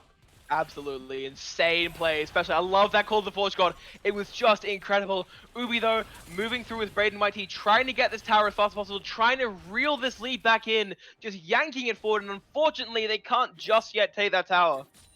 The Seiko follow up with his knock up as well onto 3 people. Jetman had no time to repel. I think he had Zonya's at that point as well. Still, no time to react, too much CC, and he gets burned down without using anything. And then I just saw Ubi just running through the jungle at Galaxy Bear, like, oh, you're a fed mid laner? Let's fight. Let's tussle. I want to throw down. Incredible. What a grand finals, though. We got to talk about now. League of Feet's behind, and now they're coming back. This is the kind of finals that you want to see. 100%. We got to talk about these ornaments that are going to start coming in. I'm getting worried for Carnivorous Esports. Oh, absolutely. What do you think he's going to upgrade first? I'm having a feeling he's going to go straight for the Molten Edge with the Jin. Yep. 100%. It'd be silly to do anything but. Trixie's going to want to do the bot lane, though, it looks like. He's getting himself into some fight. Here we go, Oh, that's going to be the quickest. It's going to be incredible grand entrance for straight. Oh, that was just tragic with Galaxy Bear. Trixie's just going to be walking away there. Here we go. For the Forge God. Let's turn it around. Yes, he gets it. That's insane. Kusho, though, however, takes out Trixie there on the pursuit, though. Can League of Feet bring this back? I want to see them engage here. They can do this. They might be able to. Oh, that's going to be an incredible. Hang on. Kusho's just sitting there clearing the wave. Oh, Zonya's there by It was intimidation. It was intimidation. There's nothing else behind that. The grand final, nerves kicking in. Both teams are going for tit for tat, and the nervousness and the intensity. Everyone's feeling it. He's going to back him by the Zonya, so it doesn't really affect too much in the long run. YT boys. Bit of 1v1 in the jungle. Ubi, Oh, all right. Oh, just getting out of there. Like to see they're looking it. for her. They really are. Okay, Collat TP, is not looking good. Oh, that's going to be This is a it. beautiful teleport. He's running in there. He's running in so fast. He gets the knock up. Diko's going to be running in. Slingshotting straight in. That's a grand entrance. Just barely misses. The Collat is trying to run away. The face breaks did not get it done, unfortunately. That's a curtain call. Not going to hit anyone but Seiko taking that kill onto Sparky's support. Just barely going down. This is so unfortunate for Carnivorous' bot lane. 2 and 3 Kaiser, 2 and 4. But can they bring it back? Kusho's going to be trying to chase down Ubi, but oh, hang on, Brayden's still there, and Kusho still doesn't have any MR. Just the Merc Treads, that is it. Here comes Trixie. Oh, Goldman's going to get rid of that. Trixie's going to go for the stun there. Can he get the knockup? No, he can't, but Jetman is going to be in pursuit. That's incredible grand entrance there. Is it going to be anything else, though? YT is going to be trying to pull something incredible here. The teams are split off from each other, but just bouncing between the mid to jungle. Galaxy Bear's trying to run away. That's going to be the root. Seeker's going to be trying to make a play here, and he doesn't get a knockup, but Galaxy's going to be running here. That's a channel. It's just going to keep him alive. Ubi's in so much trouble here. The call of the fortune. Can he make the snipe? No, he can't, but Ubi is trying to get away there. That guy's W does so much damage. That mid lane tower is so low as well. They can't afford to save it, and that is going to be a pause. Oh, no. Just when something is about to get heated as well.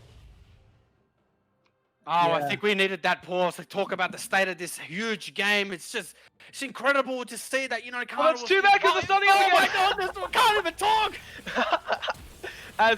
Sparky's going to be flashing in, he doesn't do anything afterwards. He flashes in and he goes, I'm going to W away.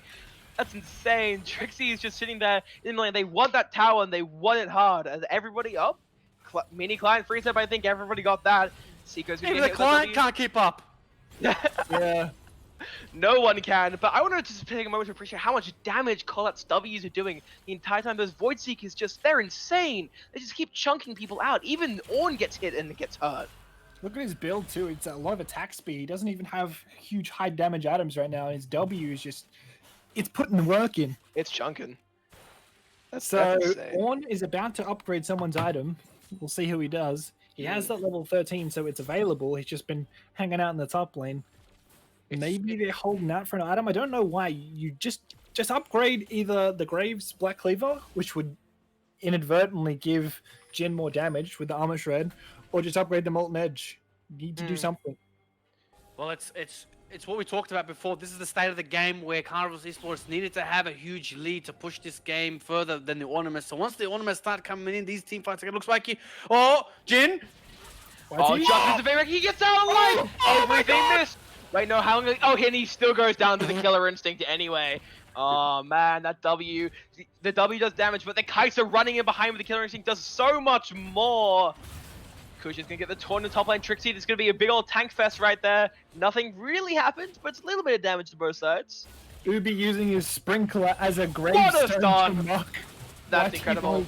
Oh my god, that's going to be Dragon's Belt. Jetman's going to be coming in hot as well. Can they make this play? That's going to be the showstopper. Sparky popping the gargoyles, just getting out in time. That's Ocean Soul. Oh, so it's right now looking very close now. I guess Carnivorous Esports want to make a play for the Baron, but I don't know if they've got enough time. League of Feet. Trixie has been 1v9, but Collat again is pulling out huge work for his team, getting that catch out onto YT boys, and he just does so much damage. He's just been farming up a Storm 50-60 CS lead in the bot lane. This Trixie has been like level 13 for the past 10 minutes. This is agonizing. Oh, he's finally hit it. He can finally start upgrading those items. I'm sure he's going to make a beeline straight to Jin. Those items upgrade by themselves on himself?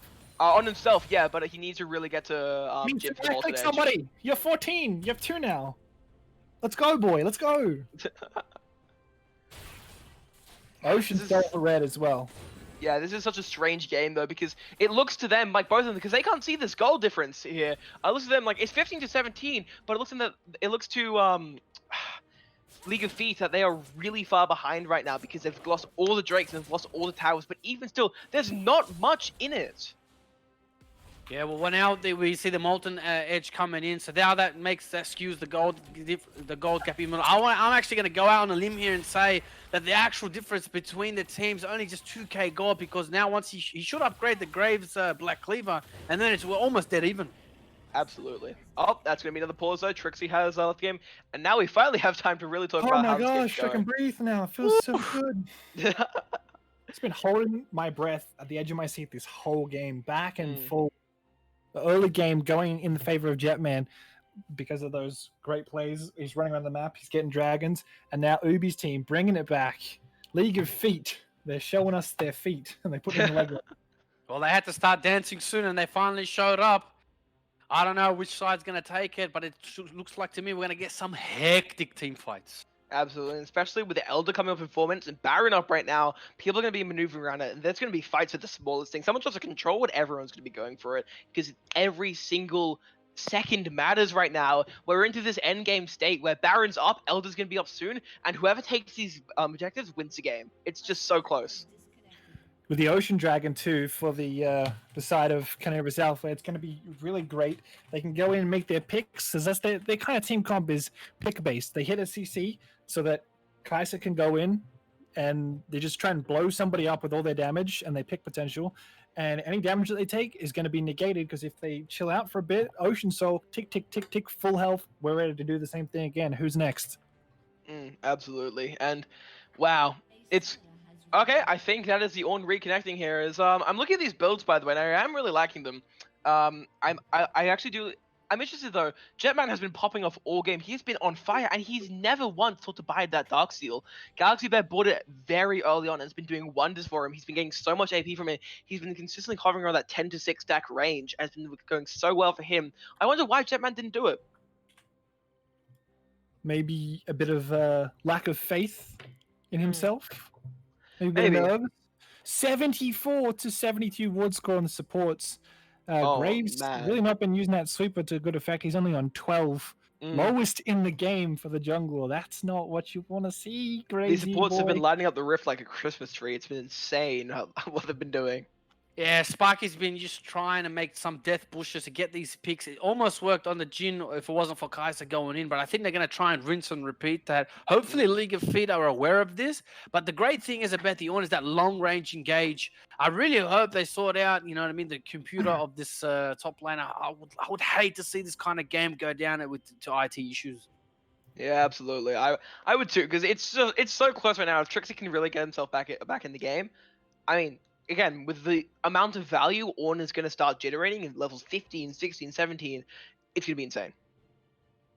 Yeah, and the team fights would normally go in the way of League of Feet, because look at their team. They got so much AoE, so much peel, so much engage. It's amazing. But the way that the game has gone so far, the pressure that Jetman has accumulated in the early game means that it's kind of even though the gold lead is ahead for Carnivorous Alpha, with the molten items coming in, and with the way that the team fights are bound to go, that we've even seen happening with that Ornn ult and then the Rakan follow-up, it's like dead even almost. Yeah, well, I don't know what Trixie, if it's a computer issue or an internet issue, but one of our sponsors is Aussie Broadband. If you guys need some great internet, call them up. It says Australia call center. Say no more. With 4.5 star rating from 2,852 reviews on product review. Hashtag can't be feedback. So yeah, guys, if you ever need some solid broadband, look up Aussie Broadband, and you should be good internet where you don't have to leave the game. Absolutely. Is someone DM that to Trixie, please? Absolutely. Maybe they're coming back. I hope they are, because yeah, this is their pause timer is slowly running out, but I'm pretty sure they get more pause time for the finals. So you realize that this is about to explode. I think you guys should just take a second to catch your breath if you guys are going to be doing play-by-play. Screaming is about to happen. Baron is up. The posturing is there as well. Sparky is so deep right now. If you can see on this minimap, oh my god, 3 members of League of Feet right next to him. He could get caught out. That wouldn't be good. Do we have TP? We have TP for Braden X. Another thing we forgot about earlier, the fight down bot lane where Jetman ended up Carnivorous Alpha ended up turning it. It would have been way heavily favoring Carnivorous Alpha, except Trixie stopped the Shen ult with I don't know what it must have been a Q and an E. I didn't see exactly what happened, but Trixie, man, he's been just saving this game single-handedly, pulling his weight for sure. Absolutely. Wow, I'm astounded. We've had 2 back-to-back so high intense games. It's just been incredible. Take a second, dude. It's about to explode. Yeah. These teams have nothing else to fight over. The waves are pushing for blue side, which means that they have the ability to roam up. If the waves were pushing towards them, then they'd need to send members to deal with that for the risk of losing towers. But luckily, they got their waves pushing. They can show up. They can be there. The wards, however, are going to be the issue. They need to sweep out this jungle and not get picked out while doing it. They have to go as a team. Absolutely, I think and Trixie is right on top of Sparky right now, actually. I think so as well. Wait, 1, 2. Yep. Maybe actually, you might be right. Yep. But I'd also like to just bring attention to Sparky. This man, there's one thing I've noticed that this entire time we've been casting for him, he has just been playing balls to the walls all games. Every single one of them for the entire tournament. He's been like, yeah, I'll roam up. So what if I'm 2 levels down? My AC is getting solo XP. It'll be fine. Like, it's just been fantastic. Yeah, I He's played just with, been letting Collat 1v9 go on, sorry. yeah, I know. I've played with Sparky before when I used to play with Jetman in these Iron to Gold on a different team, and yeah, he is a very, very aggressive support, a very, very hard engager. And when I say that, he goes in, goes balls to the wall, makes those important plays, and puts the ADC in a position and creates that space, which is brilliant. It's good synergy as well with Collat and Sparky because Sparky's just had the freedom to know that Collat is a safe player. He can farm up well. Look at the farm again, 60 CS ahead for that Kai'Sa. And Sparky has known all of these games. I can leave Collat bot lane and he's going to go even or maybe even ahead in a 2v1 situation, and I can go and help my team. So again, shout out to Collat for just being a super safe farming laner. Look, I think like, this is clearly the strategy, right? Though, like Sparky roams up and Collat is confident enough in his own skill that he actually can win those 2v1s. We saw it last game with Jhin where he popped off against Morgana Kaelin. We saw it this game where he's not popping off, but he's still incredible. He's still sitting at what, a 60 CS lead? That's insane. Yeah, the damage is all coming from that too. The fights haven't been around his way. He's been getting a lot of assists. The majority of his gold right now is coming from that huge CS lead. Look at him compared to everybody else in the game. Farming is important, lads. Absolutely. It's just been insane. I mean, look, the way I see this is, even with a 4K lead and 3 jakes, game could go either way. It's 40 seconds. 40 seconds. Is it 10 minutes for finals? I'm pretty sure. Well, we're about to find out. Yep. Alright, it is 10 minutes per team in the finals. So, Yep. let's hope it's fixed because it'd be so unfortunate if Trixie has to bow out in the finals. That's just gonna be tragic. The longer this game goes, the better the Victor is going to be. At the moment, I don't think Victor is all that impactful. He's Not got yet. a lot of good follow-up. Like, his W is actually useful when it's on top of people who have already been CC'd. So he works well with his team, and the AoE he brings is good with his team as well. But his items are just not where they need to be yet. Oh, that was a reconnect and then immediate pause again. Interesting. Reading the chat, they're saying he is back now. Their 10 Yeah. minutes is up, so they have to unpause now. But luckily enough, they're saying that he's back, so hopefully we do get a proper 5v5 to finish out this grand finals. Absolutely. I mean, again, it'd be just tragic if Trixie had to go there. Especially because he's the man, the 1v9 hero of their You team. bet.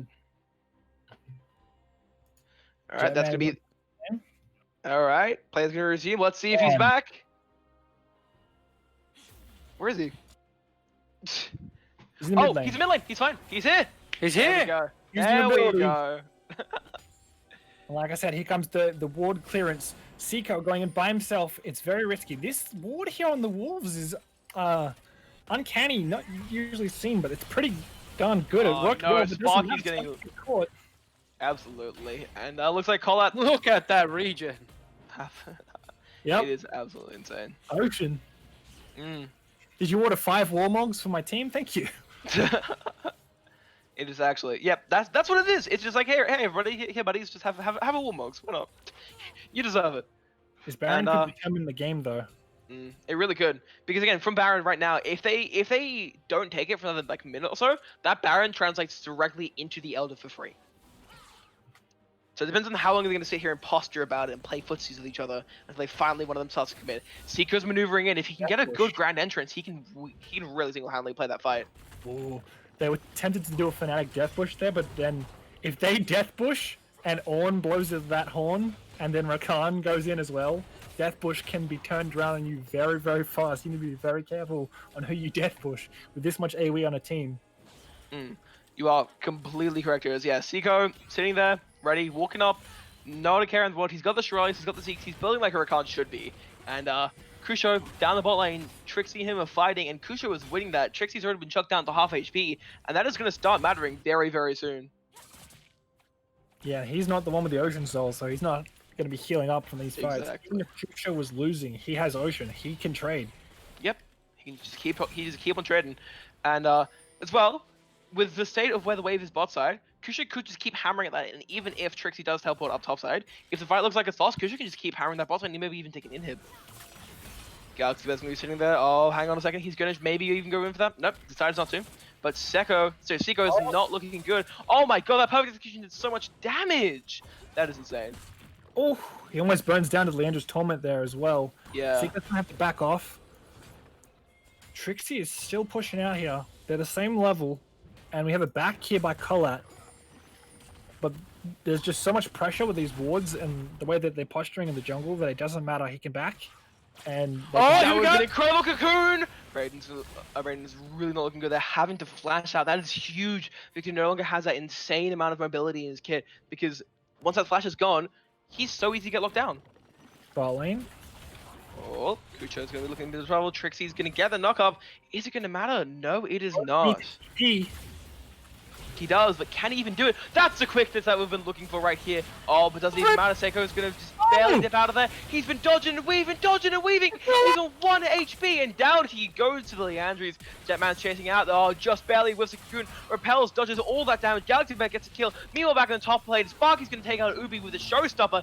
Collat's going to take that kill. Call the Fudge going down just too little too late, though. Galaxy Bear might go down, but does it even matter at this point? Kusho and Jetman are chasing him down. He doesn't have the cocoon in a good spot right now, but Trixie's gonna be robbing. No, he cannot. As that's so unfortunate. But that's gonna be his Baron. That's gonna be an Elton. That's probably gonna end up being the game.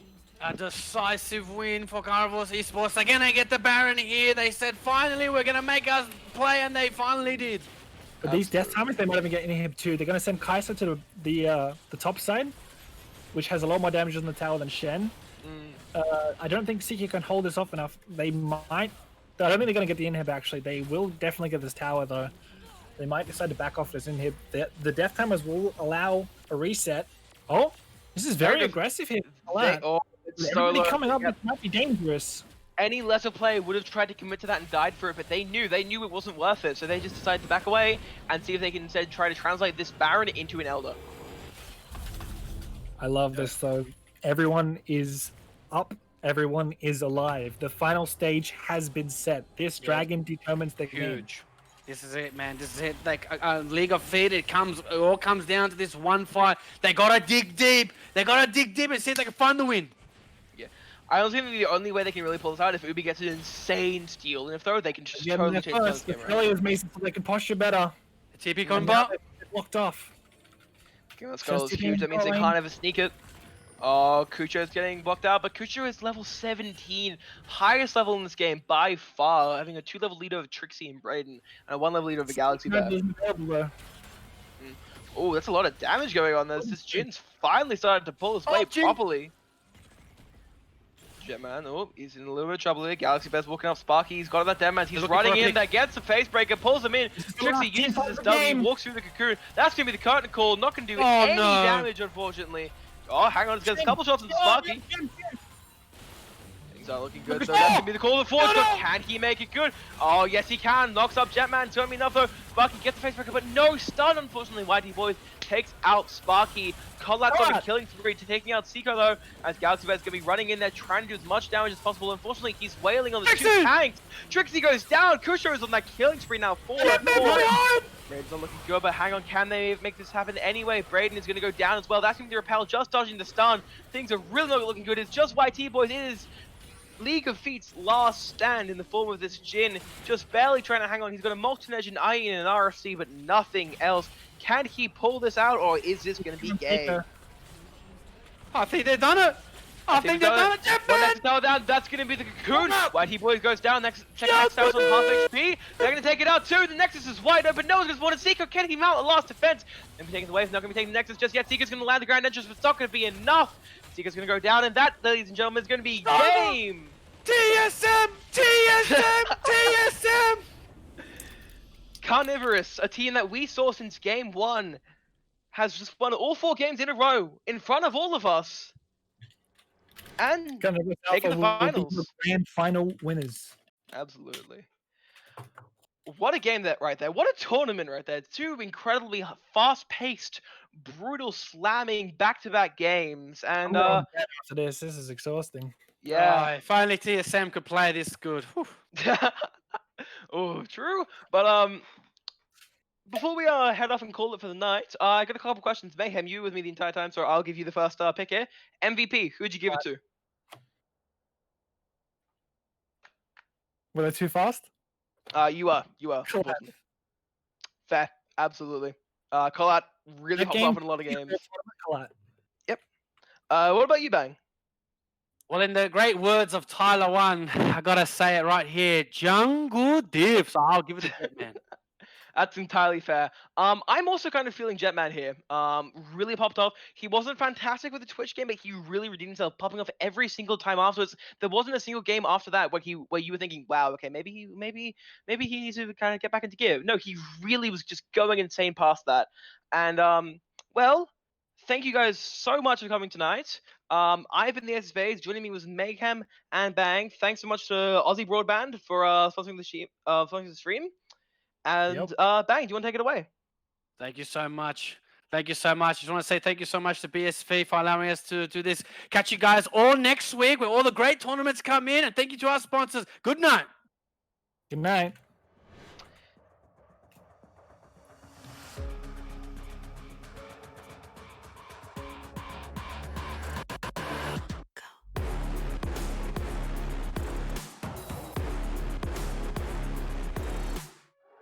We at the top again, now would help you lay the crown, but count us higher than a mountain.